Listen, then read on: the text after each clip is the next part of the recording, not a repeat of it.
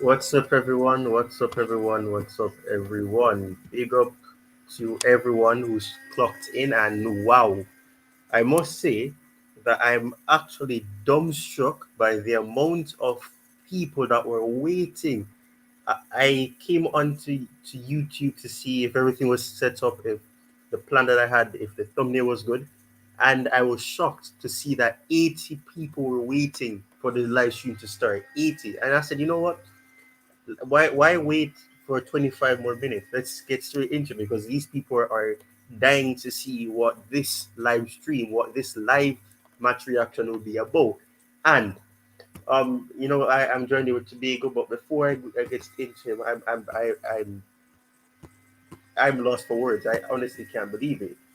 Bear with me. I'm gonna go back up to the top and go through the comments that I see here. So, all right. So Dante was here. He says hello, everyone. Garvan was also here. Big up to you as well, Garvan. Obviously, you have Jordan Hyman, LFC, Liverpool fan here. You never walk alone. He says he as well. So big up to you, Jordan. Thank you for taking the time to to drop in and to leave a comment. Thank you very much for that. Big up to you. Big up to you. Big up to you. And the rest of the comments is solitude being shared, Dante greeting Garvin and all of that. But this comment right here is one that I actually like. When I went onto YouTube and I saw this comment, I said, yeah, it was a very good test. It was a really good test for Chelsea. It gave fans, I believe, some understanding of what to expect throughout the season. Know that we're going to have some challenges. Our defense is still not where it needs to be. There's a whole bunch of things to discuss, and we will get into that in due course and in due time. But yes, it was a very good test for Chelsea. I would say that the performance was good, barring the defensive errors and not being able to score the opportunities that we were creating. But creativity has not been the issue so far with Chelsea. Preseason has ended now, but throughout the preseason, we have created opportunities. We did not lack creativity. The issue that we were having is to convert. But I'm gonna shut up now, and I'm gonna allow Tobago to come in and give his thoughts on the match. So big up to you. Thank you for finding the time to join as well. Big up to you, Tobago.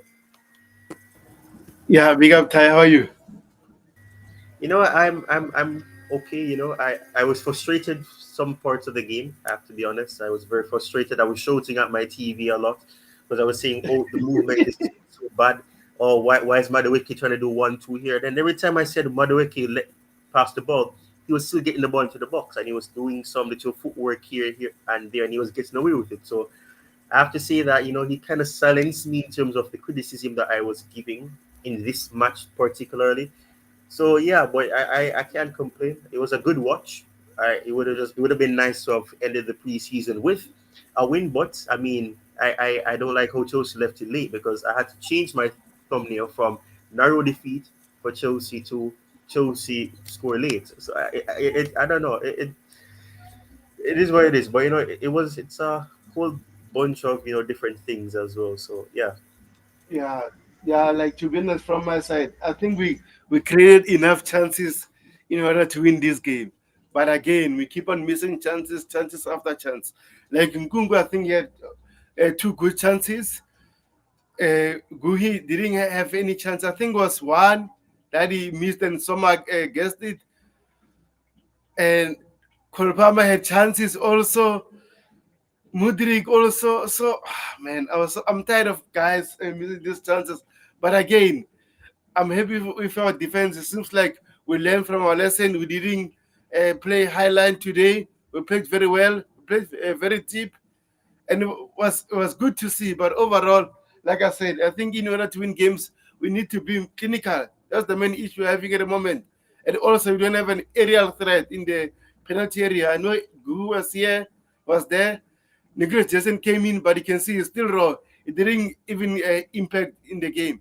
So overall, I'm happy about this game. But again, hopefully against Manchester City, we beat clinical. We beat clinical, my friend. I hope so. Yeah, 100%. We there's a lot of things to be happy about. There's something to be frustrated about. It's a mixture of both. But yeah, as you said, we had chances. We created so many chances, and it didn't remind me. It reminded me a bit of Pochettino's time, where the issues of creating opportunities but cannot score them. Obviously, that's something that has repeated itself here. We're seeing a case where we're creating opportunities, we're hitting either the post or the goalkeepers, and I have to say, the Inter Milan goalkeeper, he's the reason why perhaps we didn't edge a 2-1 win. Because we had a lot of opportunities where we could have scored, and he made some saves. He was challenged quite a lot. Mark Gill was doing very good. He's not up to his full. I can't even talk. His full fitness, but you can see that he's getting there. He's still very young. He's still raw, but his movement, his high pressing, you know, a couple of times he was challenging the goalkeeper, challenging the defenders. The defenders could not handle the pressure at times. Like that, to move the ball quickly to get it away from him. The same thing was there as well for Madueke. Madueke was trying to press Mudrik as well. Mudrik getting the ball a few times and getting in, being a part of the build-up. So yeah, there's a whole bunch of positives as well as relates to this. So yeah, 100%. Yeah. So we have to hope for the best. We have a week or so, probably less, to really prepare for that. So we will have to see what happens. We have to see what the team does. And this is a good result. It could have been better, but it's a good result to end the preseason. Not losing another game, but getting a draw and being able to build on that and hope for the best. In the coming weeks as we get into the competitive season. Just to add, I'm very impressed with, I think it's Viega. Man, what a performance. I know he had a few minutes, maybe 10 to 15 minutes, but again, you saw him. He's a good player. So overall, I'm happy with his performance. It shows that we have a score of depth. But funny thing, when Chilwell didn't start today or play, that's the best side. That's a pen side.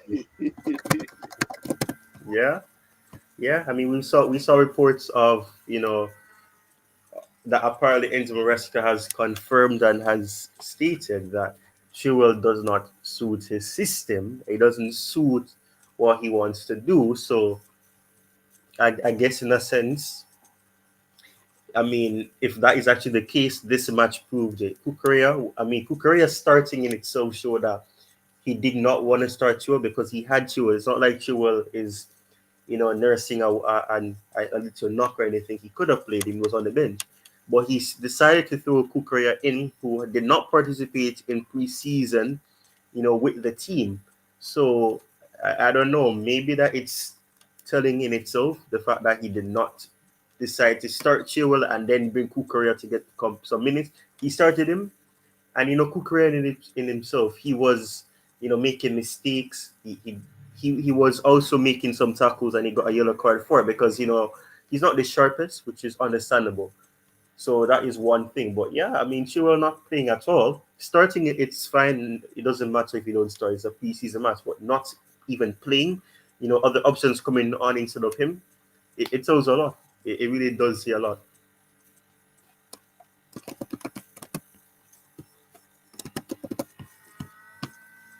Yeah. I'm just trying to do some housekeeping here. I'm not seeing anybody comment. I don't know if it's an error on my end, but it says 25 people are watching. I'm not sure what the likes are looking at. I'd have to go on to YouTube and see what the progress is like that. But ensure that you guys are liking the stream. You subscribe if you're new as well, and ensure that you ensure that you share the stream as well, and ensure that you do consider making your time here on Chelsea sessions permanent.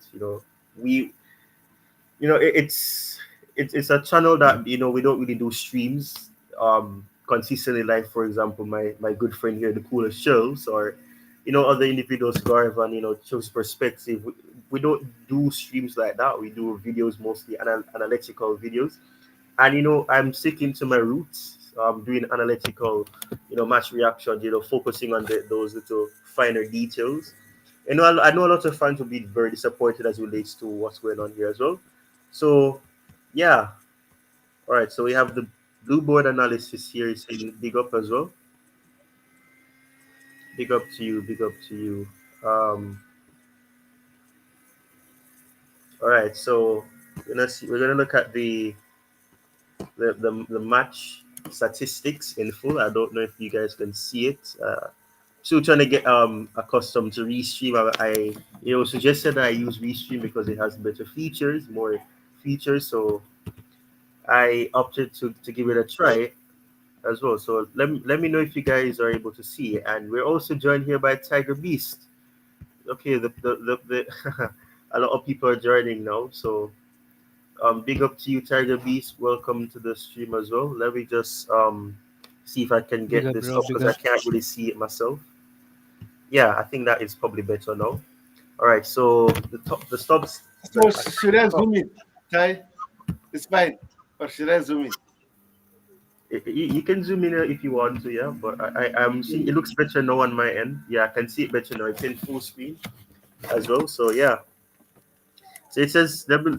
By the way, I haven't given Tiger a proper introduction as well. So big up to you, Tiger Beast again. Yeah. Okay, that's perfect. Perfect. All right. Big up, So bro. based Big. on the statistics, yeah. Sorry, go on, Tiger Beast. Let me let you speak before we start to talk about the statistics and the moments of the game. No, no, no. It's very nice to be here. All the big ups to everyone in the chat, to Dante, to Jordan, to Garwan, to Bluebird and Lances ZZ, to Tibago. I guess he's here with us. So yeah, let's do the show. Yeah, let's begin. Yeah. So, all right. So my a good friend here, the coolest shows, has shared the statistics and the events that happen in the match here via Foot Mob, and I hope that's how it's pronounced because but 54% possession for Chelsea. We 46% for Inter Milan. You have 21 shots. I mean, wow, 21 shots. We if you look at that statistics on its own, we had we had three times more shots than Inter Milan, albeit only one third of those shots were on target for us, and it was half of the chances that, or the shots rather, that Inter Milan had were on target for them. Big chances, nobody missed any. No big chances were actually missed per se in terms of the statistics. I don't know how true that is because I think there were some big chances for Chelsea that we could have taken that we didn't. So I don't know if that statistics is actually accurate, but yeah, I mean it says that that's the case. So fair enough. Fair enough, fair enough, fair enough. Yeah, so we go on to the aspect where it comes on to the corners, which we had five, and Inter Milan obviously getting one. There wasn't much set pieces in this match per se for Inter Milan, but these statistics, especially the one as it relates to the right, the passes, 476 for Chelsea, 413 for Inter Milan. That is actually interesting. Accurate passes, we had 91%. So if my maths isn't failing me, we we had about 44 passes that weren't accurate according to FootMob. And most of it, 91% of the passes that we would have had were accurate. I don't know what you guys think. Tobago, Tiger Beast, one of you could go first as it relates to the statistics that we've Yeah, discussed and also yeah.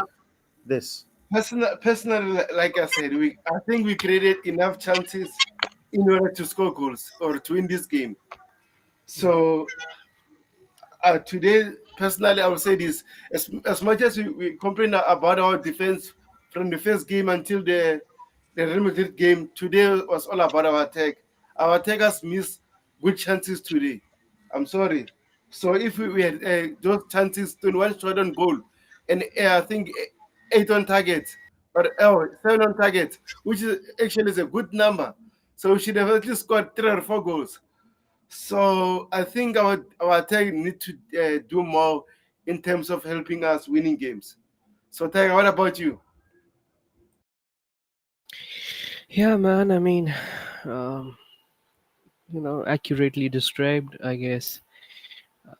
Those passes and accurate passes are a good thing to see, because against an Inter Milan team which is already settled, had a manager from a long, long time, to perform like that in terms of just passes and possession based football, it's nice to hear and nice to see. But my problem is, the problem runs deep. Uh, it's good when it's about the possession based football, but what do you do with that possession, right? If you can't execute that possession in form of a goal, you will never win matches, and that's what our problem is right now. You can also see, chances are also there. How many chances we created, um, and especially, see, my reservations with uh, the attacking play is still there.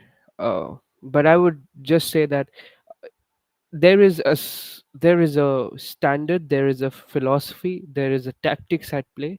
At least we are not saying that players are just running and they don't know what to do. No, they do know what to do. Now the matter is how well they are able to achieve the execution that is being planned by the manager. It's not anymore like they don't know what the question is. Now they know the question, they know the answer, but whether they can write the answer as told by the manager, that's the problem. So the implementational issues are there. And I mean, I'm shouting like anything, we need Osimhen, we need Osimhen, we need Osimhen. And if someone, if I don't really like to be that harsh, but if someone is still blinded to the fact that we don't need an elite striker, I mean, you are watching some different game, bro. You cannot be here. Thank you. That's all. I mean, who can say that we don't need Osimhen with this amount of attacks? And this was not even Pedro Neto playing. This was Sterling, who just dribbles and then loses the ball.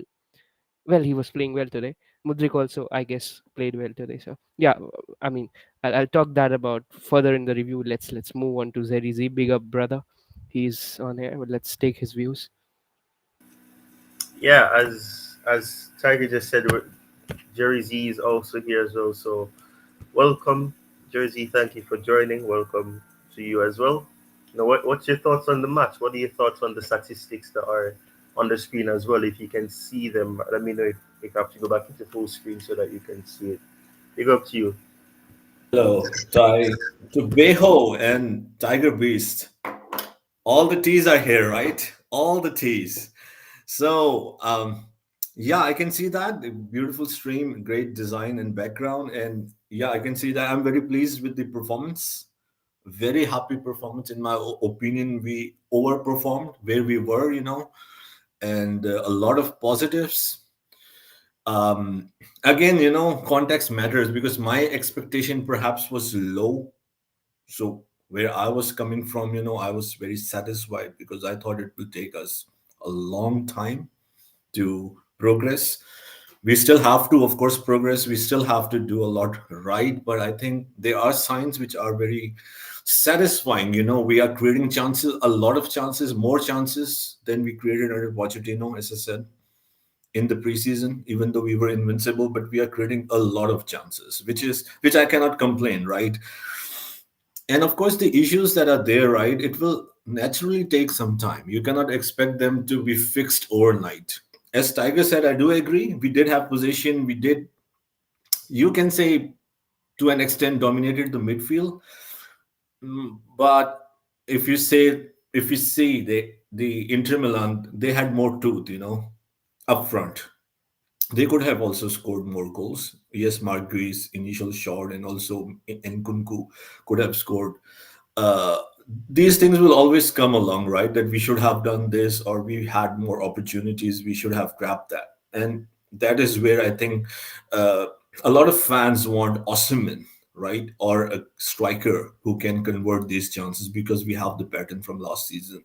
We don't want to suffer that in this season also we create a lot of chances, but what matters in football is that you have to score goal. No matter you can have 70% possession, you can create 25 chances, but if you don't score or you don't outscore the opponent, it's it won't help, right? It won't be beneficial. So I'm happy in terms of as Tobiho was saying, that we worked on the positional aspects to a certain level. It was still high line. It's not that we didn't play high line, but it wasn't that high of a high line, if that makes any sense. So the plays were in the position. Of course, the issues with the defense, and especially how Inter managed to penetrate and ran across our defense for the first goal, it's a sequence we have seen throughout last season and also in the preseason. As I said, in my opinion, we have to be realistic. It won't be fixed overnight. It will take time. It will definitely take time to be fixed.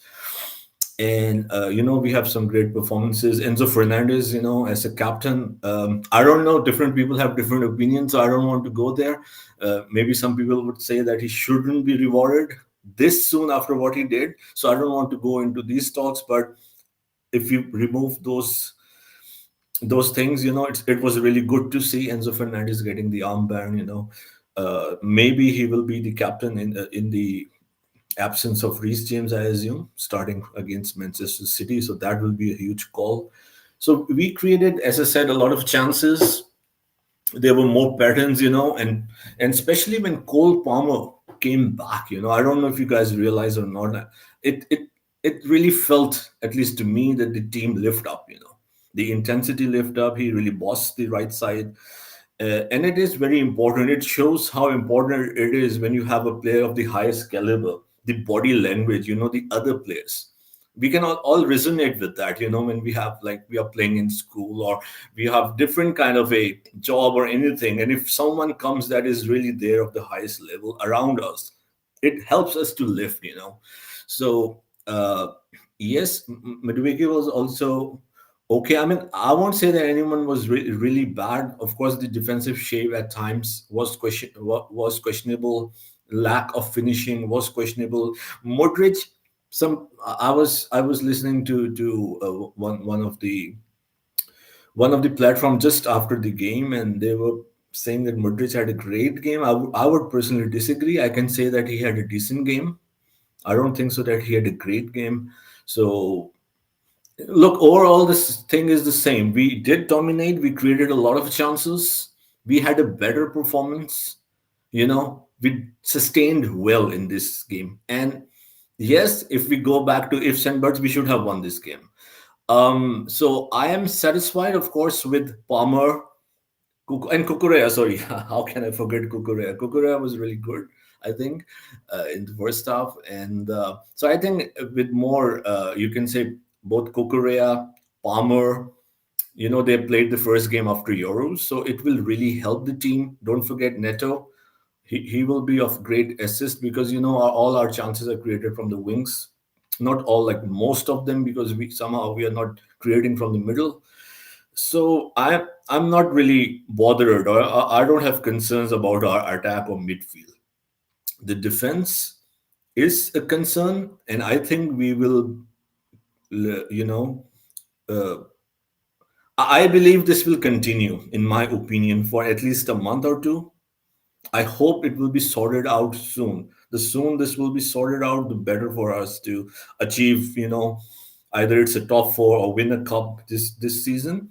Personally, again, it's my opinion. I think it will take time, but I hope it will be sorted or improved significantly in a month or two. So I'm happy with this performance, and especially with the Uguchugu goal, because at the end of the day, I know results don't really matter in preseason, but it's great to see the first game at home as a draw. Yeah, that you said quite a lot, and a lot of what you said, it's valid and it's true. Yeah, so that's 100% true as well. So yeah, so right now we're gonna be, going a bit backwards in terms of what Tiger would have said. He mentioned the sign Osimhen, and obviously that is one thing that I'm sure a lot of Chelsea fans would love to see happen. And this tweet here by, I don't know if to say his name, but I don't, I call him PYS. Sometimes I call him Pies. I don't know which one it is, but it it somewhat sums up that opinion, that view that a lot of fans have. And if fans were shouting that at the head at Igbali, saying that they should sign Usman, then it says a lot. You know what the fans want, and we all know that the ownership hasn't gotten that level of love from the fans because they don't, the projects that they are trying to build and the infrastructure that they're trying to develop, it's not one that everybody is open to. So yeah, so I'm gonna start with Tobago here. What are your thoughts on this? I know you may be open to it, but what's your thoughts? Do you think Chelsea need Usman? I know Tiger B said that we do need him, but do you share that same view? Yeah, we need Victor Osimhen, or we need a striker like Victor Osimhen, because we're creating chances, but we're not clinical yet. And also, we need an aerial threat, especially in the penalty area. He might not score every game, but when he's there, and the defenders will work, and then it's gonna give players like Cole Palmer, Sterling, Pedro Neto, every attacker space to score goals for them, to help the team. So overall, I'm not saying Nicholas Jackson is a bad player, but again, Nicholas Jackson is not 100% fit. You can see it. He didn't play all preseason until today. So definitely it's not ready against Manchester City. And most likely, I think we'll play Nkunku there as a first line, which for me, it won't work. Nkunku is a good player, but as a first line, no, no, no, no, no, no, no, no. Get us Victor Osimhen.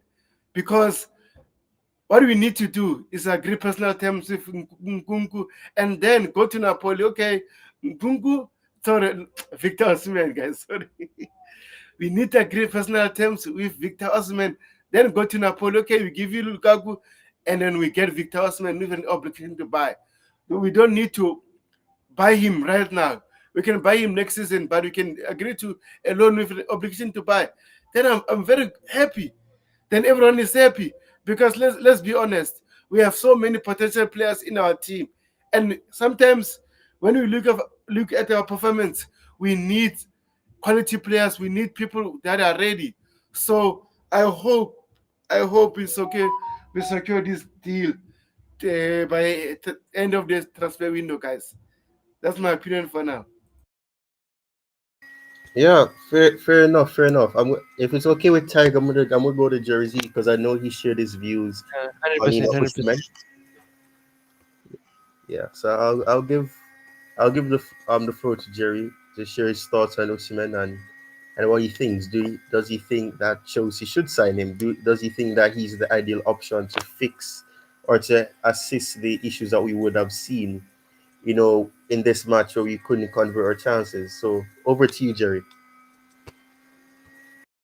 Yes, I truly believe in Victor Osimhen. I think he is the top three striker in the world. Of course, Holland is number one in my opinion, and you can always argue who is second or third. So I would rate him in the top three. Young, physical, as Tobeho said, great aerially. What is left, to question on Victor Osimhen? The skeptics would only say that he's not proven in the English Premier League. Oh, come on. Most of the players would always come from other leagues in any event, right? Not everyone would come from the championship or from the academy. So this is an irrelevant question. Yes, some players we know, like Werner and other players in other teams, have uh, they could not cut it in the Premier League, but that is always there, right? That 10, 20, 25% is always there, but I don't think so. I mean, when you look at the players, and I know some players are, I mean, some fans are so, they have to thoughts like Lukaku. We were so high on Lukaku, but again, Lukaku played all his life in England, in Everton, in Manchester United. So it's not the same. So comparing to different players, different situation, I personally don't agree with that. It doesn't make sense. And again, we are picking up the, as you say, exceptions, not the norms. Things can happen. So why I mentioned these few points is that the people who are concerned are like, okay, I hope it's not another Lukaku. I hope he can cut it in England. So this is just hypothetical. This is just a fan. This doesn't make sense to me. Like, who work with numbers? I won't really take this into consideration at all, especially given that we really need a striker. We needed a striker last season, right? And the proof is there in Exactly. front of us. Sorry. No, no, 100% agreed. I was gonna say it. I'm sorry. I just said exactly to your point that Yeah, we yeah. needed a Thank striker you. since last season. Yeah. Yeah, Please sorry, continue. I didn't get it. So thank you No, so no, much. my So bad, my I'll just be concise, and of course, then you can go ahead and continue on this topic. So yeah, so we do need it. We do need him. Uh, it could be other striker as well. I do understand, but why not Victor Osimhen, right? His performance in Napoli, and it's not easy. You say it's easy in Serie A. It's not. It's not. It's difficult. If anything, it's very difficult to score in Serie A. One.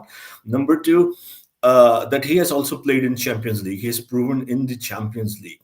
And as we were talking, right, about the question mark that the modern forward strikers need to track back, need to defend, which is, of course, I completely agree with that. This attribute is key now in modern football, and especially with when you play from the back. You don't need the forward, just to hang in there. But I don't see this to be a problem personally at all. With all due respect, I don't understand some analysts to say that he has limitation when connecting with the midfield, tracking back, defending, recovering the ball. Okay, maybe because we have not all of us have seen all of his games, but as we were talking behind the scenes, that it's up to the manager how you set up. As I gave the example of Nigerian national team, I watched the entire quarterfinal, semi-final, final. I know three games, but it's still good enough. Three whole games with my African friends here in uh, Scotland. I watched the AFCON in Nigeria, because I was especially watching for Victor Osimhen. His half of his job in those three games was literally tracking back, because we know, or everyone knows who followed AFCON, that Nigeria plays very compact, very deep. Victor Osimhen did a very good job. At times he was alone, alone in the sense that he was literally not getting any, not alone in terms of standing upstairs, alone in terms of not getting any favors, because they were so deep, he literally had to go up to the point of the midfield, or even deep. And many times he won the ball and linked up very well with the wingers. So I really don't see that as a problem. So I think he is a great signing. And then one thing about the injuries, look, everyone in modern football is injury prone. And in one of the streams, we looked into that. We can do so in maybe another future stream. Most of his injuries that he sustained are physical or impact injuries. That is something that people should look into. Impact injury in terms of like he got hit accidentally, or he got bruised, or it's not like an injury that came off suddenly in training or by running. It was an impact, a physical impact on his shin or his hamstring or his neck or something along those lines. I don't remember all these injuries. So all in all, I think that will be vital. Just to conclude, that will be vital because we are vulnerable at the defense. At least we should fix this issue of scoring goals. Everything is there. Everything is there, in my opinion. We are doing fantastic. We did fantastic under Pochettino. We are creating a lot of chances. We need to convert that. And of course, we cannot leave the clinical sides, goal scoring side, and the defense open into the season. Then it will be a long season, in my opinion. So I think Victor Osimhen is the need of the day, and we should really, really try our best to get him. And it will be a huge victory for Chelsea Football Club. Yeah, you wow, you said quite a lot there, Jerry. You seem very emphatic as relates to Usman here. Big up to you, Garvan. Big up. Thank you for joining. Thank you for taking the time to join. Big up to you, Garvan. Yeah. Just before we move on to the item that's on the screen, I want to get Garvan's thoughts on the match, and then also, his thoughts on Usman and the shouts by fans that the owners and the sporting director should go and sign Usman. So big up to you, Garban. Thank you for joining us for the panel. Appreciate you having me. Was a wonderful game. Happy Sunday. I like what I see. I see that Maresca is a man of his words. Because as you know, I told you what I was noticing from the game. I see exactly what he's trying to do. I can see that the team is improving. You know, um, Hopefully we'll be ready for Manchester City. But overall, it's a good take on the game. Malo Gusto again. Proved that he already understand exactly what the coach is looking for. You know, um, I can say this. That for the next season we're probably gonna get rid of Reece James. Malo Gusto is one to keep. Honestly, his reading of the game. He's a very good one-on-one defender. He's not that injury prone. You know, Overall, like his reading of the game, his movements, he got everything. He's a very young player. I know that, but he's very talented. He's a very talented player. I'm very impressed with him, just like I'm impressed with Cole Palmer. You know, Nodi Madueke again, trying to stay out too wide. You can see the difference when he come off the pitch. When we got the likes of Cole Palmer start to go inside and open up the field for Malagusto to at least can go down the right and put even a square in. That's the difference when you got a player like Cole Palmer. That help the wing back. To advance and to help our attack. To overload.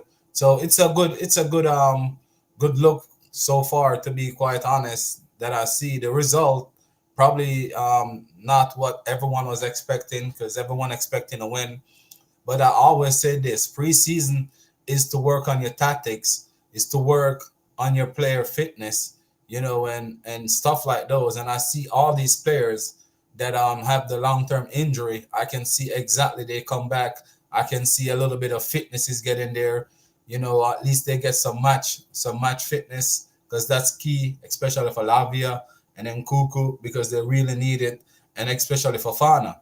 And even Levi Colwell, because the last 6 or 8 games of last season he didn't play. So it's good to see these players get a lot of minutes, in preseason, and we finished the preseason without any injury, and that's a plus. So we should have at least 98% of the first team, in the first game, and I'm looking forward for the opening of the season, to be honest. And with the likes of Victor Osimhen, which we're having that thought last night, I think that we lack a striker in his mold, a striker with experience. Mark Gay looks really good, looks really promising, hard worker. He closed down the play really, really well. He put himself about. You know, but that's what you can ask for him. He's young. He still have a lot to grow in the game. It was a good game, to be honest. We just Victor Osimhen will seal the deal. Yeah, yeah, wow. You said quite a lot of things, and I think you've said something that a lot of fans may, some people may not want to hear that, and people don't probably don't want to consider that, and that has to do with the fact that these James could, if he continues to have the same issues problem that the issues that he's had in terms of injuries, we may have to have that uncomfortable conversation that would be the perspective of those fans, that perhaps we may need to move him on, because unfortunately we may never be able to see him get to that potential that he has, because he's constantly getting injured season after season, being out for weeks or for months and for most of the season. So yes, as you said, Malo Gusto, he's so young, and I've said this so many times. I'm so happy that Chelsea went and signed him, because even though he's younger than James, he's a good competition and a good, supporting player for Reece James as well. So in Reece James's absence, we don't really miss Reece James. We miss having somebody that you can perhaps rotate, and you get some level of quality from that right hand side. And we have to see what happens in terms of the options that we have for Fana, who is somewhat okay and good on the ball in some instances. We'd have to see what happens, because he can play as a as a right back, as a full back, perhaps not as a wing back, but as a right back, as that full back player that perhaps would stay and become that that third centre back. If you have like a 3-2-5 structure, when you have the ball, but yeah, as you said it quite a lot, and as we were saying to Tobago when who joined me early on, Tiger Beast and Jerry as well, the match was one that was it was filled with a lot of positives. There was positives, there was obviously negatives and moments that you can be frustrated about. For example, the fact that we had opportunities to score and we didn't take them. And as Tobago would have showed recently in the earlier part of the show with the statistics, we had 21 shots, you know, that we would have taken, and only seven of those, so one third of those shots were on target, and we only scored one goal, which it came very late. But yeah, thank you for sharing your thoughts, Gavin. We're gonna move on to this item that's been on the screen for a couple of minutes now, and it has to do with Noni Madueke. I know Garvan, we spoke on another show last night about about Madueke. So what's your thoughts on it? And this tweet here says in the first half when Chelsea were lacking a spark, with rigorous passing, trying to patiently play through Inter, they turned often to Noni Madueke, who constantly tried to take on his fullback and put crosses in the box. Three key passes made in 45 minutes. The talent is clear. Nuni should stay, please. What are your thoughts? I'm going to start with Garvan. What are your thoughts on Madueke, his performance in this match? And what are your thoughts on what has been said here in this tweet?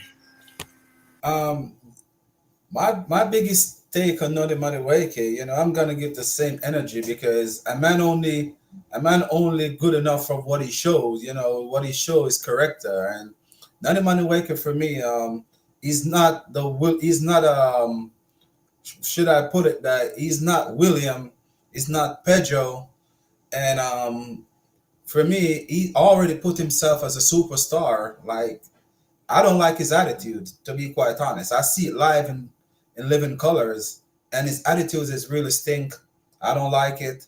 I think he's too much of himself, and he have to prove me wrong this season. To be quite honest, like if he don't put in a performance this season where he's gonna give a lot of goal and assists, he's just gonna prove me right. So I want him to prove me wrong.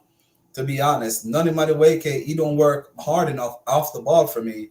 You know, I probably it's too much. It's too much trying to think or try to put himself, to be the superstar. And honestly, not in Madueke, the end product is not there. He driven too much off the field. I know that a lot of Chelsea fans gonna bash me, because they always saying that Noni Madueke is their one-to-one demon, and Noni always this one-to-one good player. But one-to-one beating a player and can put the ball across or make an assist or put the ball in the back of the net don't really mean nothing at all to me. You're just a showboat. And showboat, Chelsea don't really need a showboat player right now. Chelsea need a player that's gonna find the back of the net. Player gonna be consistent. Player who's definitely gonna be a team player. And Noni Madueke is not really a team player. In my humble opinion, a lot of people are gonna disagree with me, but it's just what I see. I see it live and direct, and I constantly see it from last season, especially when he's trying to fight for penalties, fight for free kicks, because he want to be the man, you know, and to be the man, you have to beat the man. And Cole Palmer is the man, to be quite honest, because he proved that he not only can score goals, he can also assist. So to be the man, you have to beat the man. So unless you're gonna have a outstanding season like what Cole Palmer gave us last season, I think he's a rotational player. That's my humble opinion. Wow, wow, wow, wow, wow, wow. I know for a fact, and I'm happy that you know that what you said. A lot of people are gonna disagree with you. And speaking about disagreeing, everybody else on the panel, I'm gonna go to Tiger because he hasn't got the chance to speak in a while. What are your thoughts on what Garvin has just said?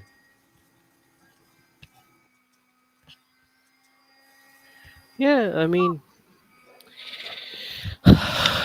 it's True. See, about first I want to talk about Madueke, right?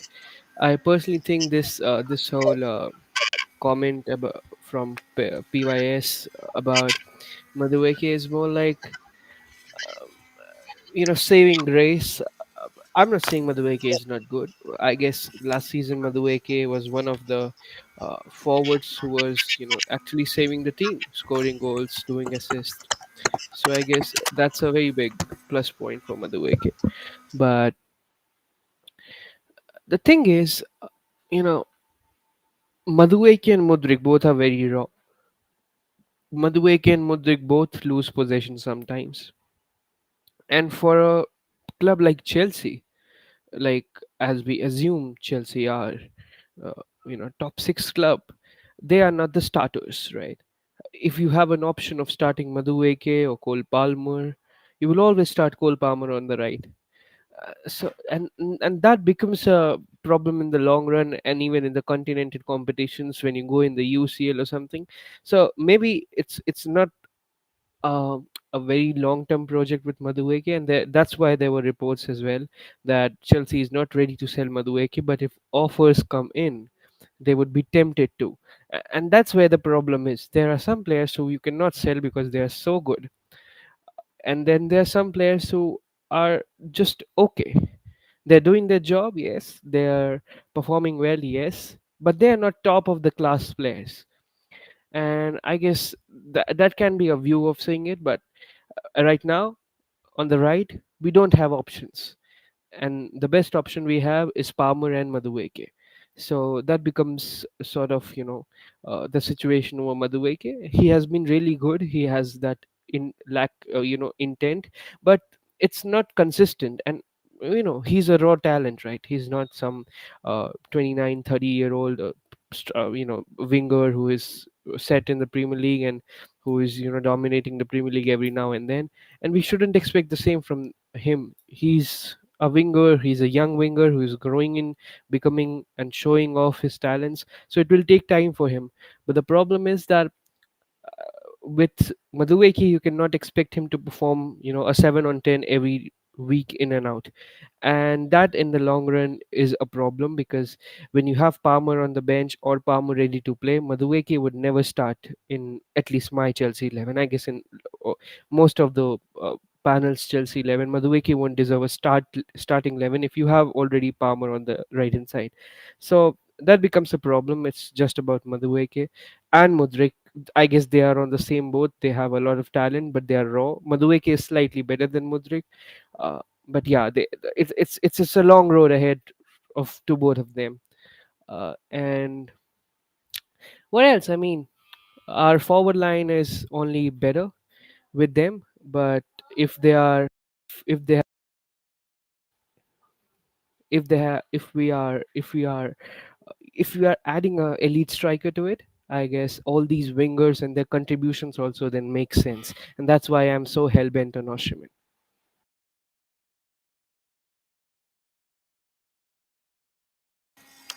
Fair enough, fair enough, fair enough, Tiger Beast, fair enough.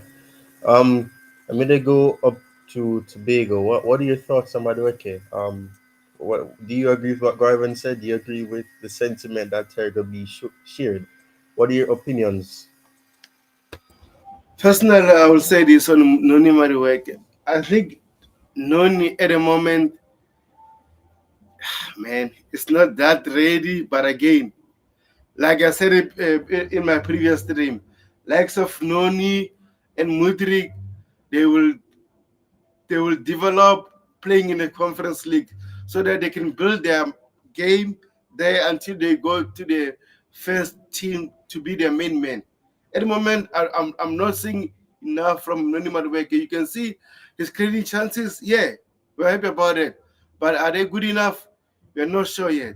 So overall, I need to see more from Noni. And likes of Pedro Neto coming in will give them more competition, which I'm happy. Fans will say, oh, we're paying so many wingers and stuff. Who cares about it? This is Chelsea. We need success. We need to create competition. No player guarantee a starting spot. So overall, I'm happy with San Pedro Neto. That means Noni needs to Pull up his socks. Yeah, wow. It seems that everybody is in agreement so far with what Garvin has said. Jerry Z, you're the only one that could probably have an opposing opinion, but even then, he probably, that you would still be outnumbered because it's it would be three against one. Yeah. So I'm sure you know me well by now that I'm super protective of the players. That's how I'm. I never really go to a length to criticize individual players, maybe apart from Lukaku or some others, because of other reasons. Noni Medveke, I do understand. I mean, he's not the best choice. He's not a player who performs at the highest level. Look, he had issues. I do agree with Garvin in the sense of discipline. We've seen that under Pochettino last season, on and off, but he improved that, especially at the end of the first half. His work ethic, that is, his temperament training, XYZ. The issue as far as game goes was him being, I mean, tracking back, defending the off the ball was the issue. But in the last 2 months of the last season, he significantly, in my opinion, improved on his defense of tracking back, off the ball. He really improved in that aspect. But now we see these things coming back again. So it could be due to a change of style. So I'm just cutting that slack for him. It could be various reasons. I think he has played well. He just was not consistent. He had his moment, he scored goals as he assisted, so we cannot take that out. That is a positive. As you shared the last tweet, yes, he did impact, but the overall thing that it at times looks too individual. It perhaps does not align with the entire team, and there are certain elements to the game that seems that, as Garvin said, he watched the game in flesh against Real Madrid. So I agree to that, but he's still very young. He can improve. He does have, in my opinion, the skill set to be a great player. But it's Chelsea. Sorry about that. Sorry about that. But it's Chelsea, and I understand that if we have an option, we should always have the player who can be consistent, who can perform at the highest level. So, but again, if this is the argument, then for whatever reasons, perhaps the wages or other reason, we did not sign Olis when we had an opportunity. And right now, I don't know which player is under consideration. So if look, it's a close call, right? It's a close call. I so to sum it up, I think he has a lot of potential in my observation. He has the potential to take the next step. We can be calm with him. We can work with him. Or if we want something immediately, then we have to go and get another player. If he can improve, as Garvin and the other analysts said, on his discipline, being more of a team player, then I think he will work out well for Chelsea Football Club.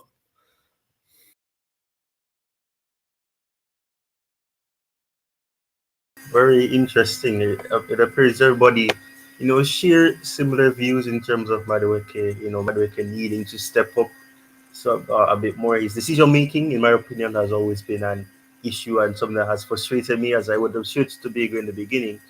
I was screaming at my TV at some times, saying Madueke needs to pass the ball. He's trying to do tricks and tricks and tricks, and fine. It worked for him a couple of times. The ball got into the box a few times, and it worked. Oh, but his decision making, it needs to be quicker. You need to be thinking quicker. You're not gonna play Inter Milan type of defenders every game. You're gonna have defenders that are gonna come after you. You're gonna be trying to press you and try to make you make decisions quickly. You don't have that time. You're not gonna be afforded that opportunity to be thinking about, oh, I'm gonna do this now. I'm gonna do that now. No. So he needs to sharpen up, and hopefully Neto being signed, because I am assuming that Neto will ideally be utilized more on that right hand side, seeing as how he's left footed, and it's better to have the player on the opposite side of their favorite foot, or the better foot, so that they can cut in on that foot and be more influential. So yes, I'm hoping that Neto will, get down to business and be able to push Madueke if he does indeed remain at the club.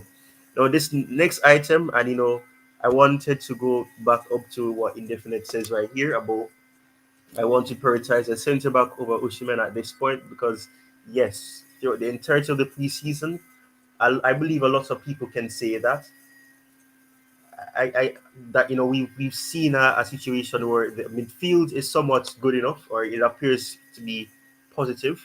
The attack, bar not scoring goals, has been positive. We're able to create opportunities.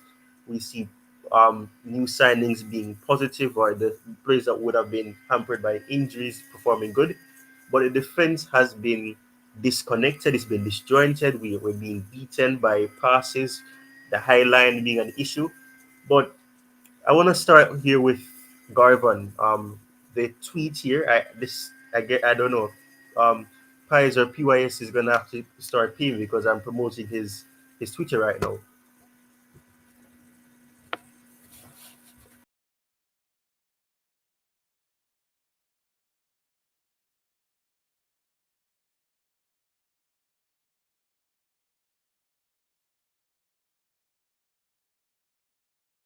Where's Gavin? Where's Gavin?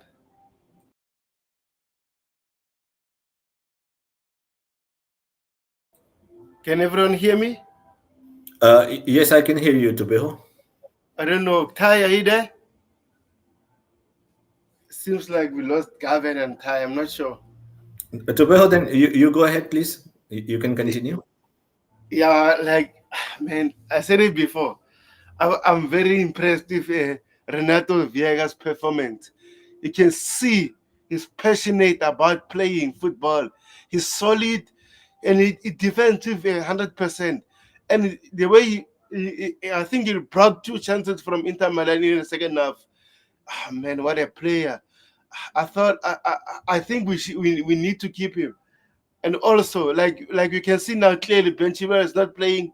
That means Enzo Maresca doesn't rate him highly, or it doesn't fit into his style of play. So at the end of the day, selling him won't be easy because he's on high wages. Also, he have injury record, which is bad. But overall, for me, if the player is not into the coach's plan, don't play him. Why play him?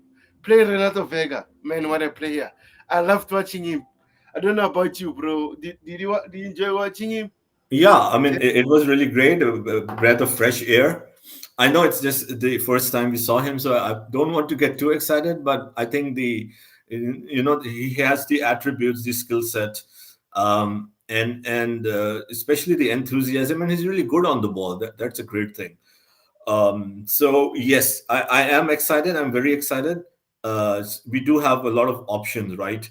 Again, like in my opinion, and I think you agree, and a lot of fans that we all we need is every time you can say an experience or a proven player to add to the players we have, because future is one thing, it's fine, okay, great squad we can build, we can be somewhere in 2 3 4 years, but why not now?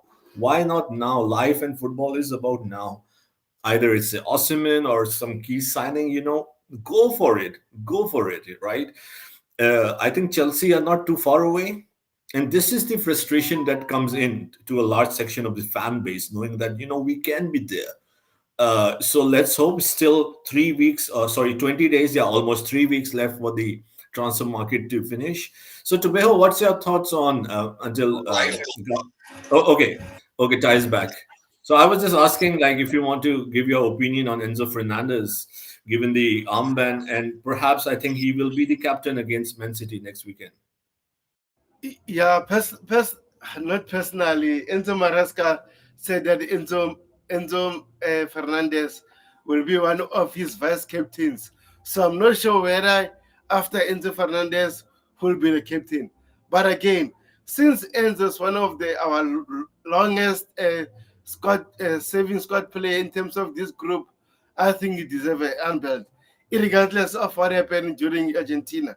Again, I don't want to talk more about it because it's another debate for another day. So overall, I'm happy about Enzo Fernandez giving the umbrella. we're giving him confidence that he's a good player. He can lead this team uh, back to glory days. And I think today he played very well. I'm not gonna say oh he played extremely well, but overall I think his performance was good enough for him to start against Manchester City. But again, against Manchester City, which midfield three are we playing? Good question. What's your pick? Who do you want in the midfield? Personally, man, it's gonna be hard. Ah, but personally, I'll play three of them. Romeo Lavia as a holding six, Enzo on the left, Moses Caicedo on the right. I just want them three of them get to know each other more. So, man, I want them to play. So hopefully they can start. But again, I'm not the coach. Karen Justice can play also. Nkungu can play there also in the midfield, but overall it's up to the coach. But I'll play three of them, and then since Nicholas Jackson is not ready, I'll just play Nkungu as a first line until we get someone is ready. So Tubeho, he has used 4-2-3-1, 4-3-3, and even a back three in one of the games. Which combination do you think will suit Chelsea, both in terms of Enzo Maresca's style and also the players that we have? We have a lot of options in the midfield. So which which formation, in your opinion, he will use, and you think, or in your opinion, should be used? 4-3-3 for me is still fine because this is Enzo Maresca's philosophy and system. So he plays that system a very long time. So I don't want a coach to change his philosophy because of media opinion, fans opinion. He should stick to what he knows, and then so that the players can get used to this system. Overall, as time goes on, hopefully they can adapt to his philosophy, how he wants to play. And again, we added Pedro Neto, which is a fantastic player. He will add quality to our team. So I'm happy about that signing, and hopefully Enzo Maresca will stick to one thing until these players get to know what he needs, because he can't chop and change right now, especially the season is starting on Sunday. So we need to stick to one system until end of the season. Yes, I also agree. 4-3-3 looks best because of this array of options we have in the midfield. And if we 4-2-3-1 can also work, it's a great combination. But I think the strength that we have, right, especially playing ball possession, the midfield is instrumental, right? And if we go with a 4-2-3-1, then it will be a lot of players up front, which is good. But we don't need that because we already are creating enough, right? We don't need four forwards. What I'm trying to say. Um, so yeah, that will be interesting. So Ty's back here. So Ty, sir, please continue. Yeah, listen, man. It happens to the best of us. But yeah, restream is, it's not. I, I got I got kicked off my own show. Wow.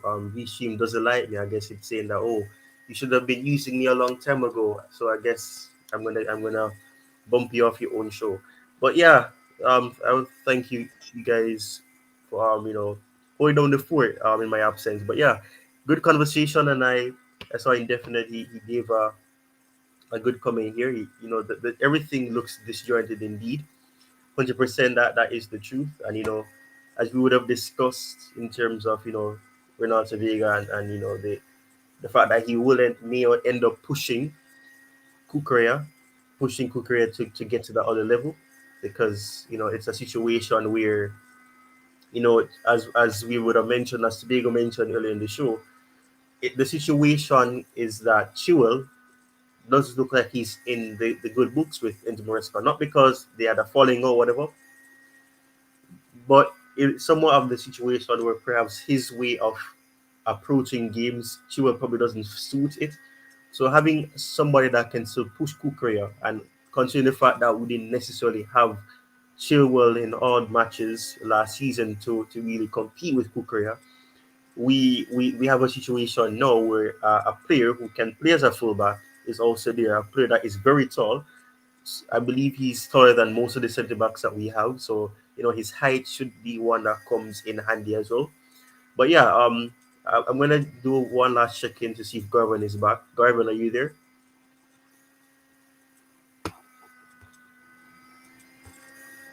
Is Garvin there?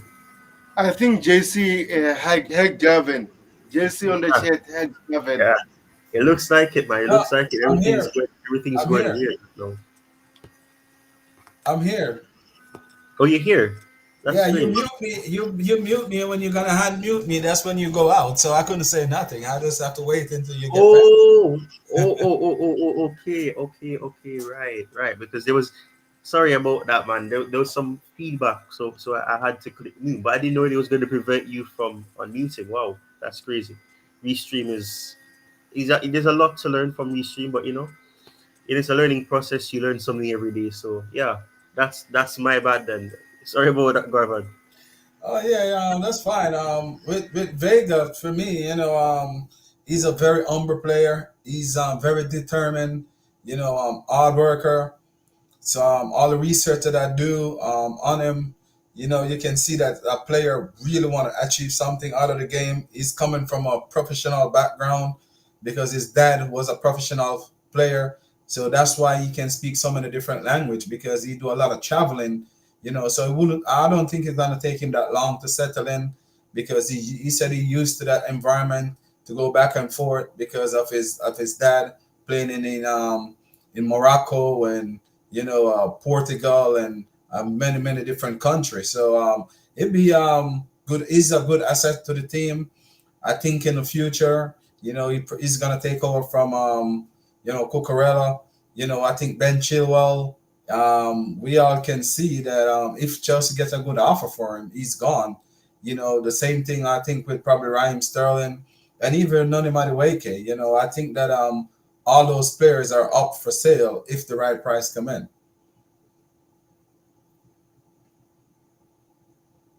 Yeah, fair enough. Yeah, so we'll move to this item right here. What are your thoughts? I'm not gonna copy Vince here. I'm not gonna say drop a word because I don't think one word is enough to describe um the performances, not just the performance that we've seen from Mark Gill, but the performances. What are your thoughts on him? Do you think he deserves to remain in the squad and fight for a place in the starting 11, or do you think he should go out alone? What are your thoughts? I'm going to start with Tobago. Personally, like I said, if we'll be able to sign Victor Osimhen, we need to loan him so that he can get more game time. Because I don't think the club will spend 35 million on Samu and loan him. So I think between him and Samu, it's likely to be Maguhi to be loaned. But again, in terms of his performance, man, what a fantastic performance! What a fantastic performance by this kid. We just needed to create more chances for him so that he can score goals. So overall, I'm very impressed with him throughout the preseason. Just like you remember last season, we all the hype about Nicholas Jackson doing very well in the preseason. McGeehee is that striker for me in the preseason. He played very well throughout the preseason tour. So if we'll be able to buy Victor Osman, we need to loan him so that he can go somewhere else to develop. And I would like him to go to a championship club because I've been watching championship. They play some fantastic football, especially like some of Blackburn. So I would like him to go there so that he can get exposure to English football to develop more as a player. But again, only if we'll be able to secure Victor Osman or another top striker. So it depends. Who are we getting at the end of the transfer window? Yeah, thanks for sharing. Jerry, how about you? Yeah, I love Margui. I think Margu with alongside Pedro Neto are the two best signings, other signings of the season for Chelsea Football Club. I think someone needs to mute the microphone because there's an echo. Okay, thank you so much. Yeah, I agree with Tobejo, because if we don't get either a Osimhen or any other striker, then I don't think that we should loan him. I believe he is, he's 18, what, 19, right? And when he was signed, I already saw him at FC Barcelona and also in under 21. He has really a great potential to be a even world class player, in my opinion. I think if we are not going for another striker, I would love him to stay here, not only stay here, but be a regular starter. I don't think Nkunku should play as a nine. He can. He has done that successfully at Leipzig, but it's not, in my opinion, his best position. I would love Magu to be a regular starter.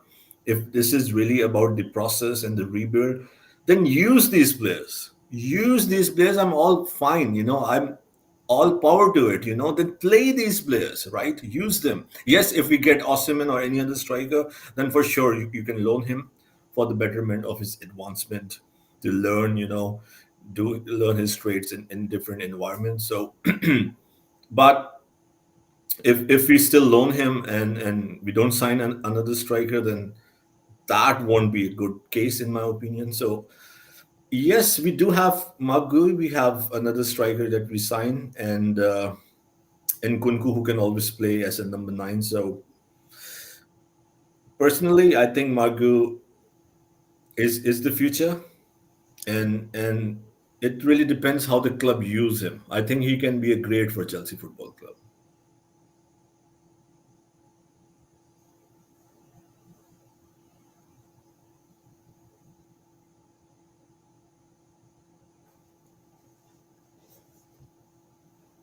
Yeah, you hear me?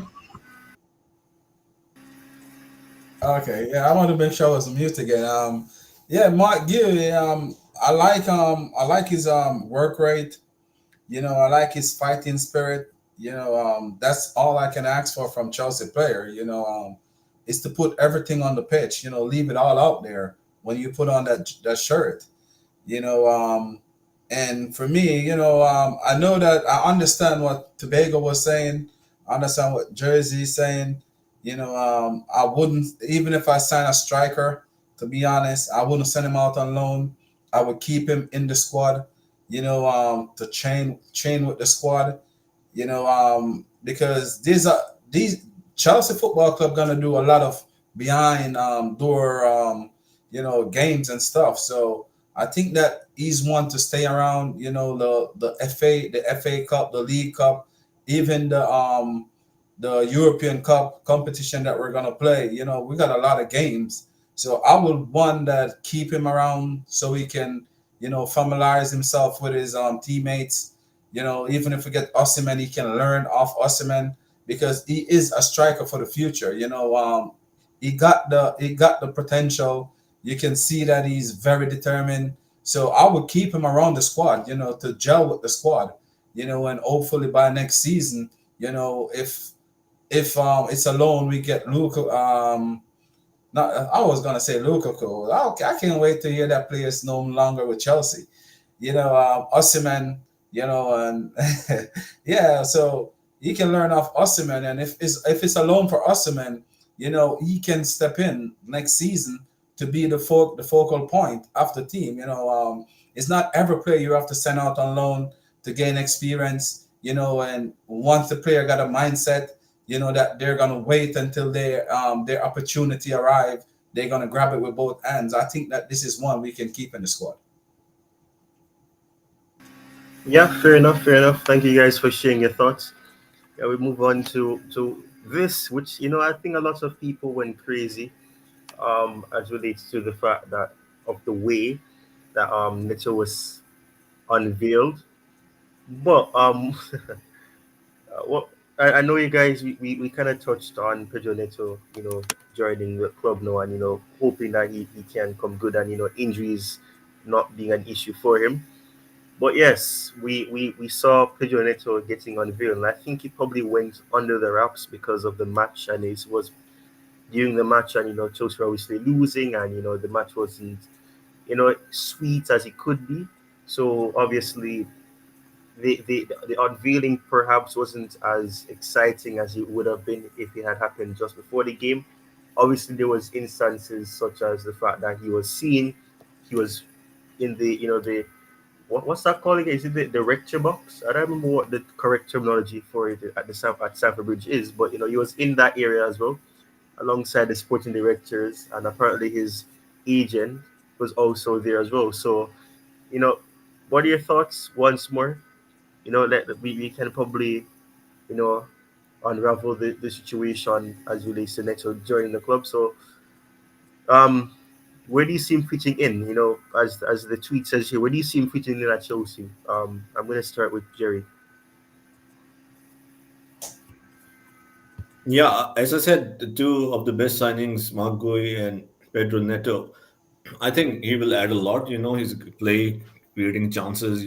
I know we can see 111 games, 11 goals. The goals are not there. If you can add to that, then it will be amazing. A complete player, or you can say his contribution would be exponential. But he, of course, assists a lot. The injuries did not help. I think we can all vividly remember, at least I do, when he started with Wolves under Nuno in 2019, 2020, and the games he played against Manchester United, Man City. You remember Nuno got a double against both of them. I mean, Wolves, or you can say Nuno. So he was instrumental in those games against United and City when Wolves defeated them. And he was like the next big, everyone was talking that he's the next, you can say, next best thing, to that extent. So he has the potential. He's still very young, 24, and I think, yeah, he can also play. And he plays in. I don't have the exact stat, but he can play on the right and on the left. I don't know which position he played more. So um, this is a great signing. I'm really excited if he can remain fit. As I said, I remember 2019 2020 season with Wolves vividly. I have time. I watched a lot of games, and Wolves were doing great. I think they finished fifth. And he played a huge part. So it is looking good for Chelsea Football Club moving into this season. It is looking good. Yeah, fair enough, fair enough. What about you, Garvan? I'm gonna say I always say this, my stance that since I came back from that game, I'm always the positive one, and I come back with a different mentality, after I watch the game, and I've been shouting in that crowd that we need wingers because none of the wingers that we got is good enough. Honestly, I don't think there are Chelsea starting wingers.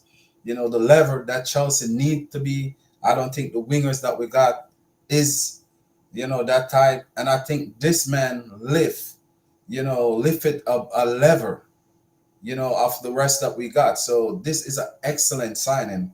I really, really love to see what he's gonna bring to Chelsea.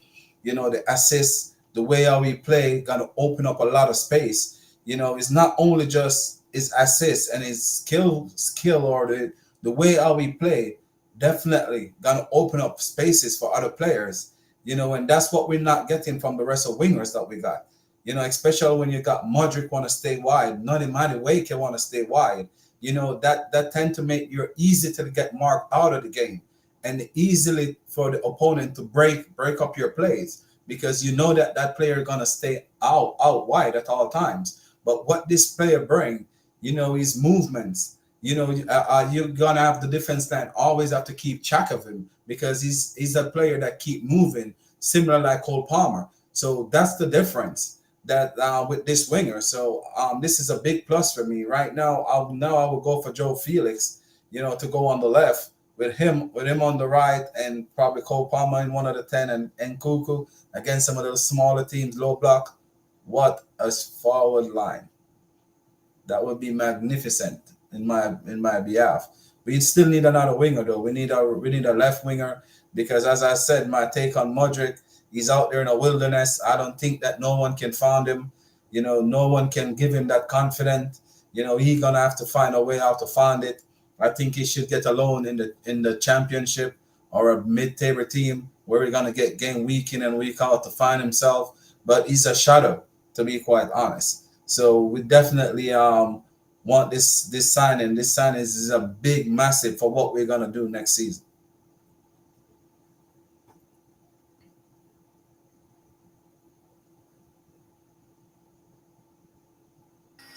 Yeah, how about you, Tobago? Fantastic signing because he adds quality to our attackers. And like TFC Gavin, we've been crying during the preseason that Noni Madueke is not giving his 100%. Sterling, Mikhailo Modric, they're not giving their 100%. So personally, I think Pedro Neto will give us something new, something that we need at Chelsea, a lethal winger that knows what he's doing. But again, I hope he stays fit. Fit, I mean. And also one thing we need to add is just that I hope our management team will manage his game time so that he can not get those hamstring injuries, which he's been struggling with lately. So overall, I'm happy with this signing, and I can't wait to see him playing for us sooner than later.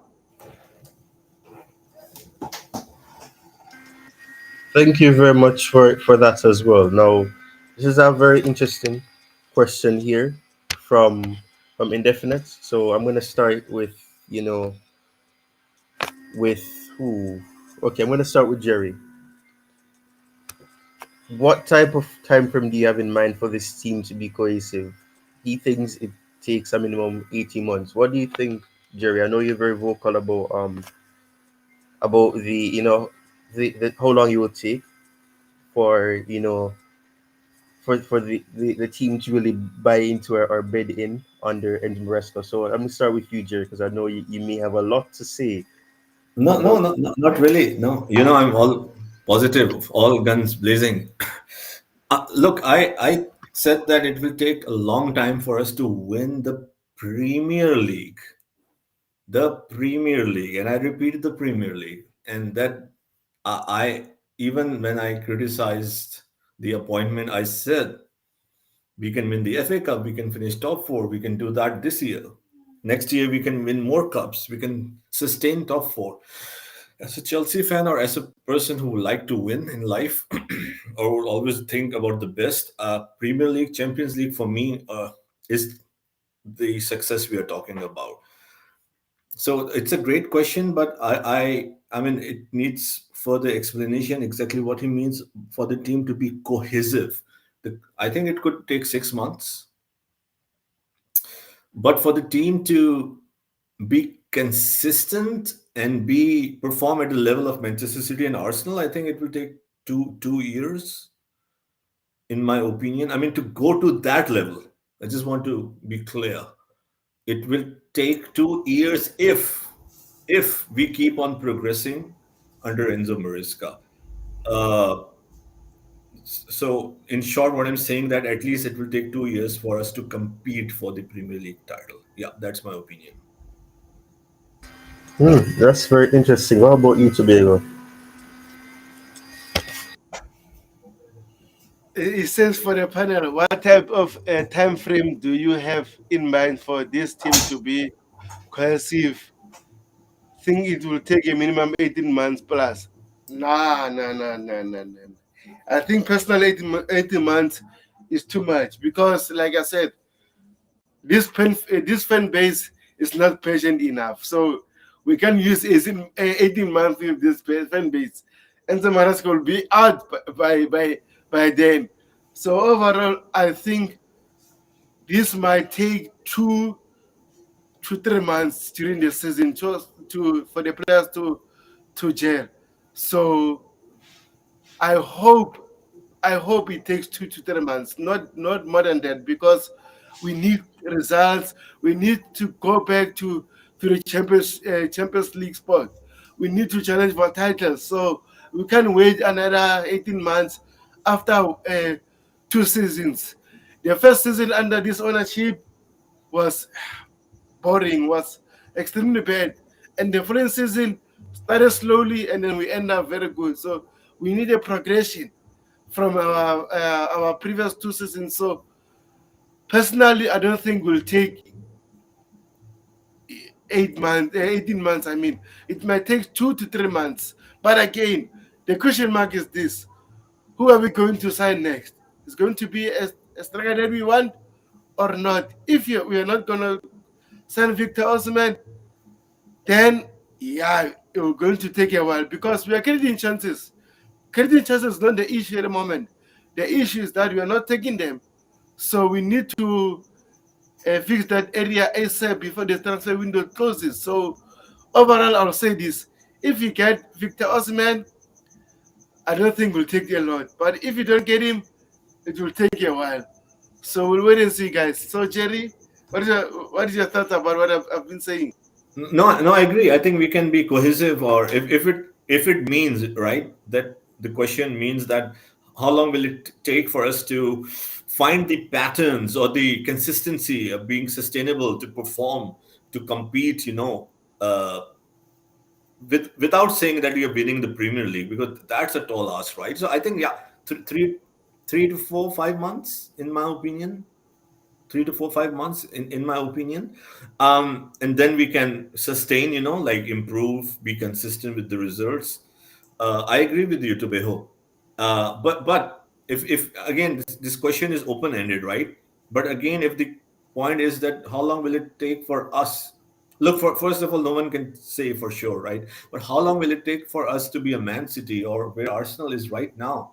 Then, in my humble opinion, I think at least 2 years. Yeah, Because of yeah, yeah, yeah, because we are yeah. far off, right? Hmm. I agree. I agree with you, Jersey. In terms of being the level of Arsenal and Manchester City, I think will take 2 years because at the end of the day, we can't say this season we're going to win the league and stuff. No, no, no. That will be delusional.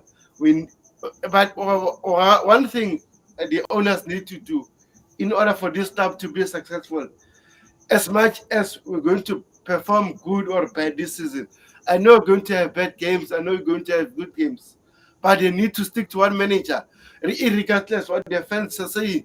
Because if you're going to change every manager every season, then we're going to have a problem. Because that means every season we're going to build, and which is wrong. So overall, in terms of this season, I hope Enzo Maresca will perform better as a coach, and the team will perform better so that this ownership then fire him. So that we can build into that in the following seasons. Then we can say, okay, we have this same manager in the second season. We can build into what he did last season and then improve. So that's the question mark with this ownership at the moment. Yeah, I completely agree with you. We should not, in any situation, I would say, change the manager. Can Okay, I we say have. something on this? Yes, Gavan, please continue. Sorry, we didn't see you know, Oh no, you're fine. For you, me, your logo. So as I always said, you know, anything happen this season, if we don't make the top four or we don't progress, it wouldn't be on the manager. It would be more likely for me is the sporting directors and also the owners, because we all know what Chelsea need from day one. We all know that we buy these wingers and some of these players that's not ready, to be a Chelsea starting 11 players. They're a good squad players, but we all know that Chelsea need Olise, on a Pedro Neto, which we should at least try to get him early to gel in with his team for the preseason, and for the start of the season. So we all know our weakness from day one, but they think that in their behalf, I guess, because of the money that they spent, on some of these players, and they thought that these players would have lived up to expectation already, which it shows that they're not. Because if you notice, as soon as they come off preseason tour, the first thing they went for is a winger, which everyone was crying for in that stadium, and in Charlotte. When we go to the Real Madrid game, the whole entire stadium. That's what the Chelsea fans and base, everyone was was crying out for, and they adjusted. So these are some of the problems and problem that we got that should have been adjusted from the start of the preseason. Neto should already have 1 or 2 games under his belt, to help him settle in. That's gonna take probably another 2 to 3 weeks, which he's a very talented player, but to understand the group, to learn about the group and understand his player. So for me, if Maresca start off really slow, it will be more likely the owners and the sporting directors, in my point of view. But as I said again, and I keep on saying, I think that Chelsea gonna have a wonderful season this season.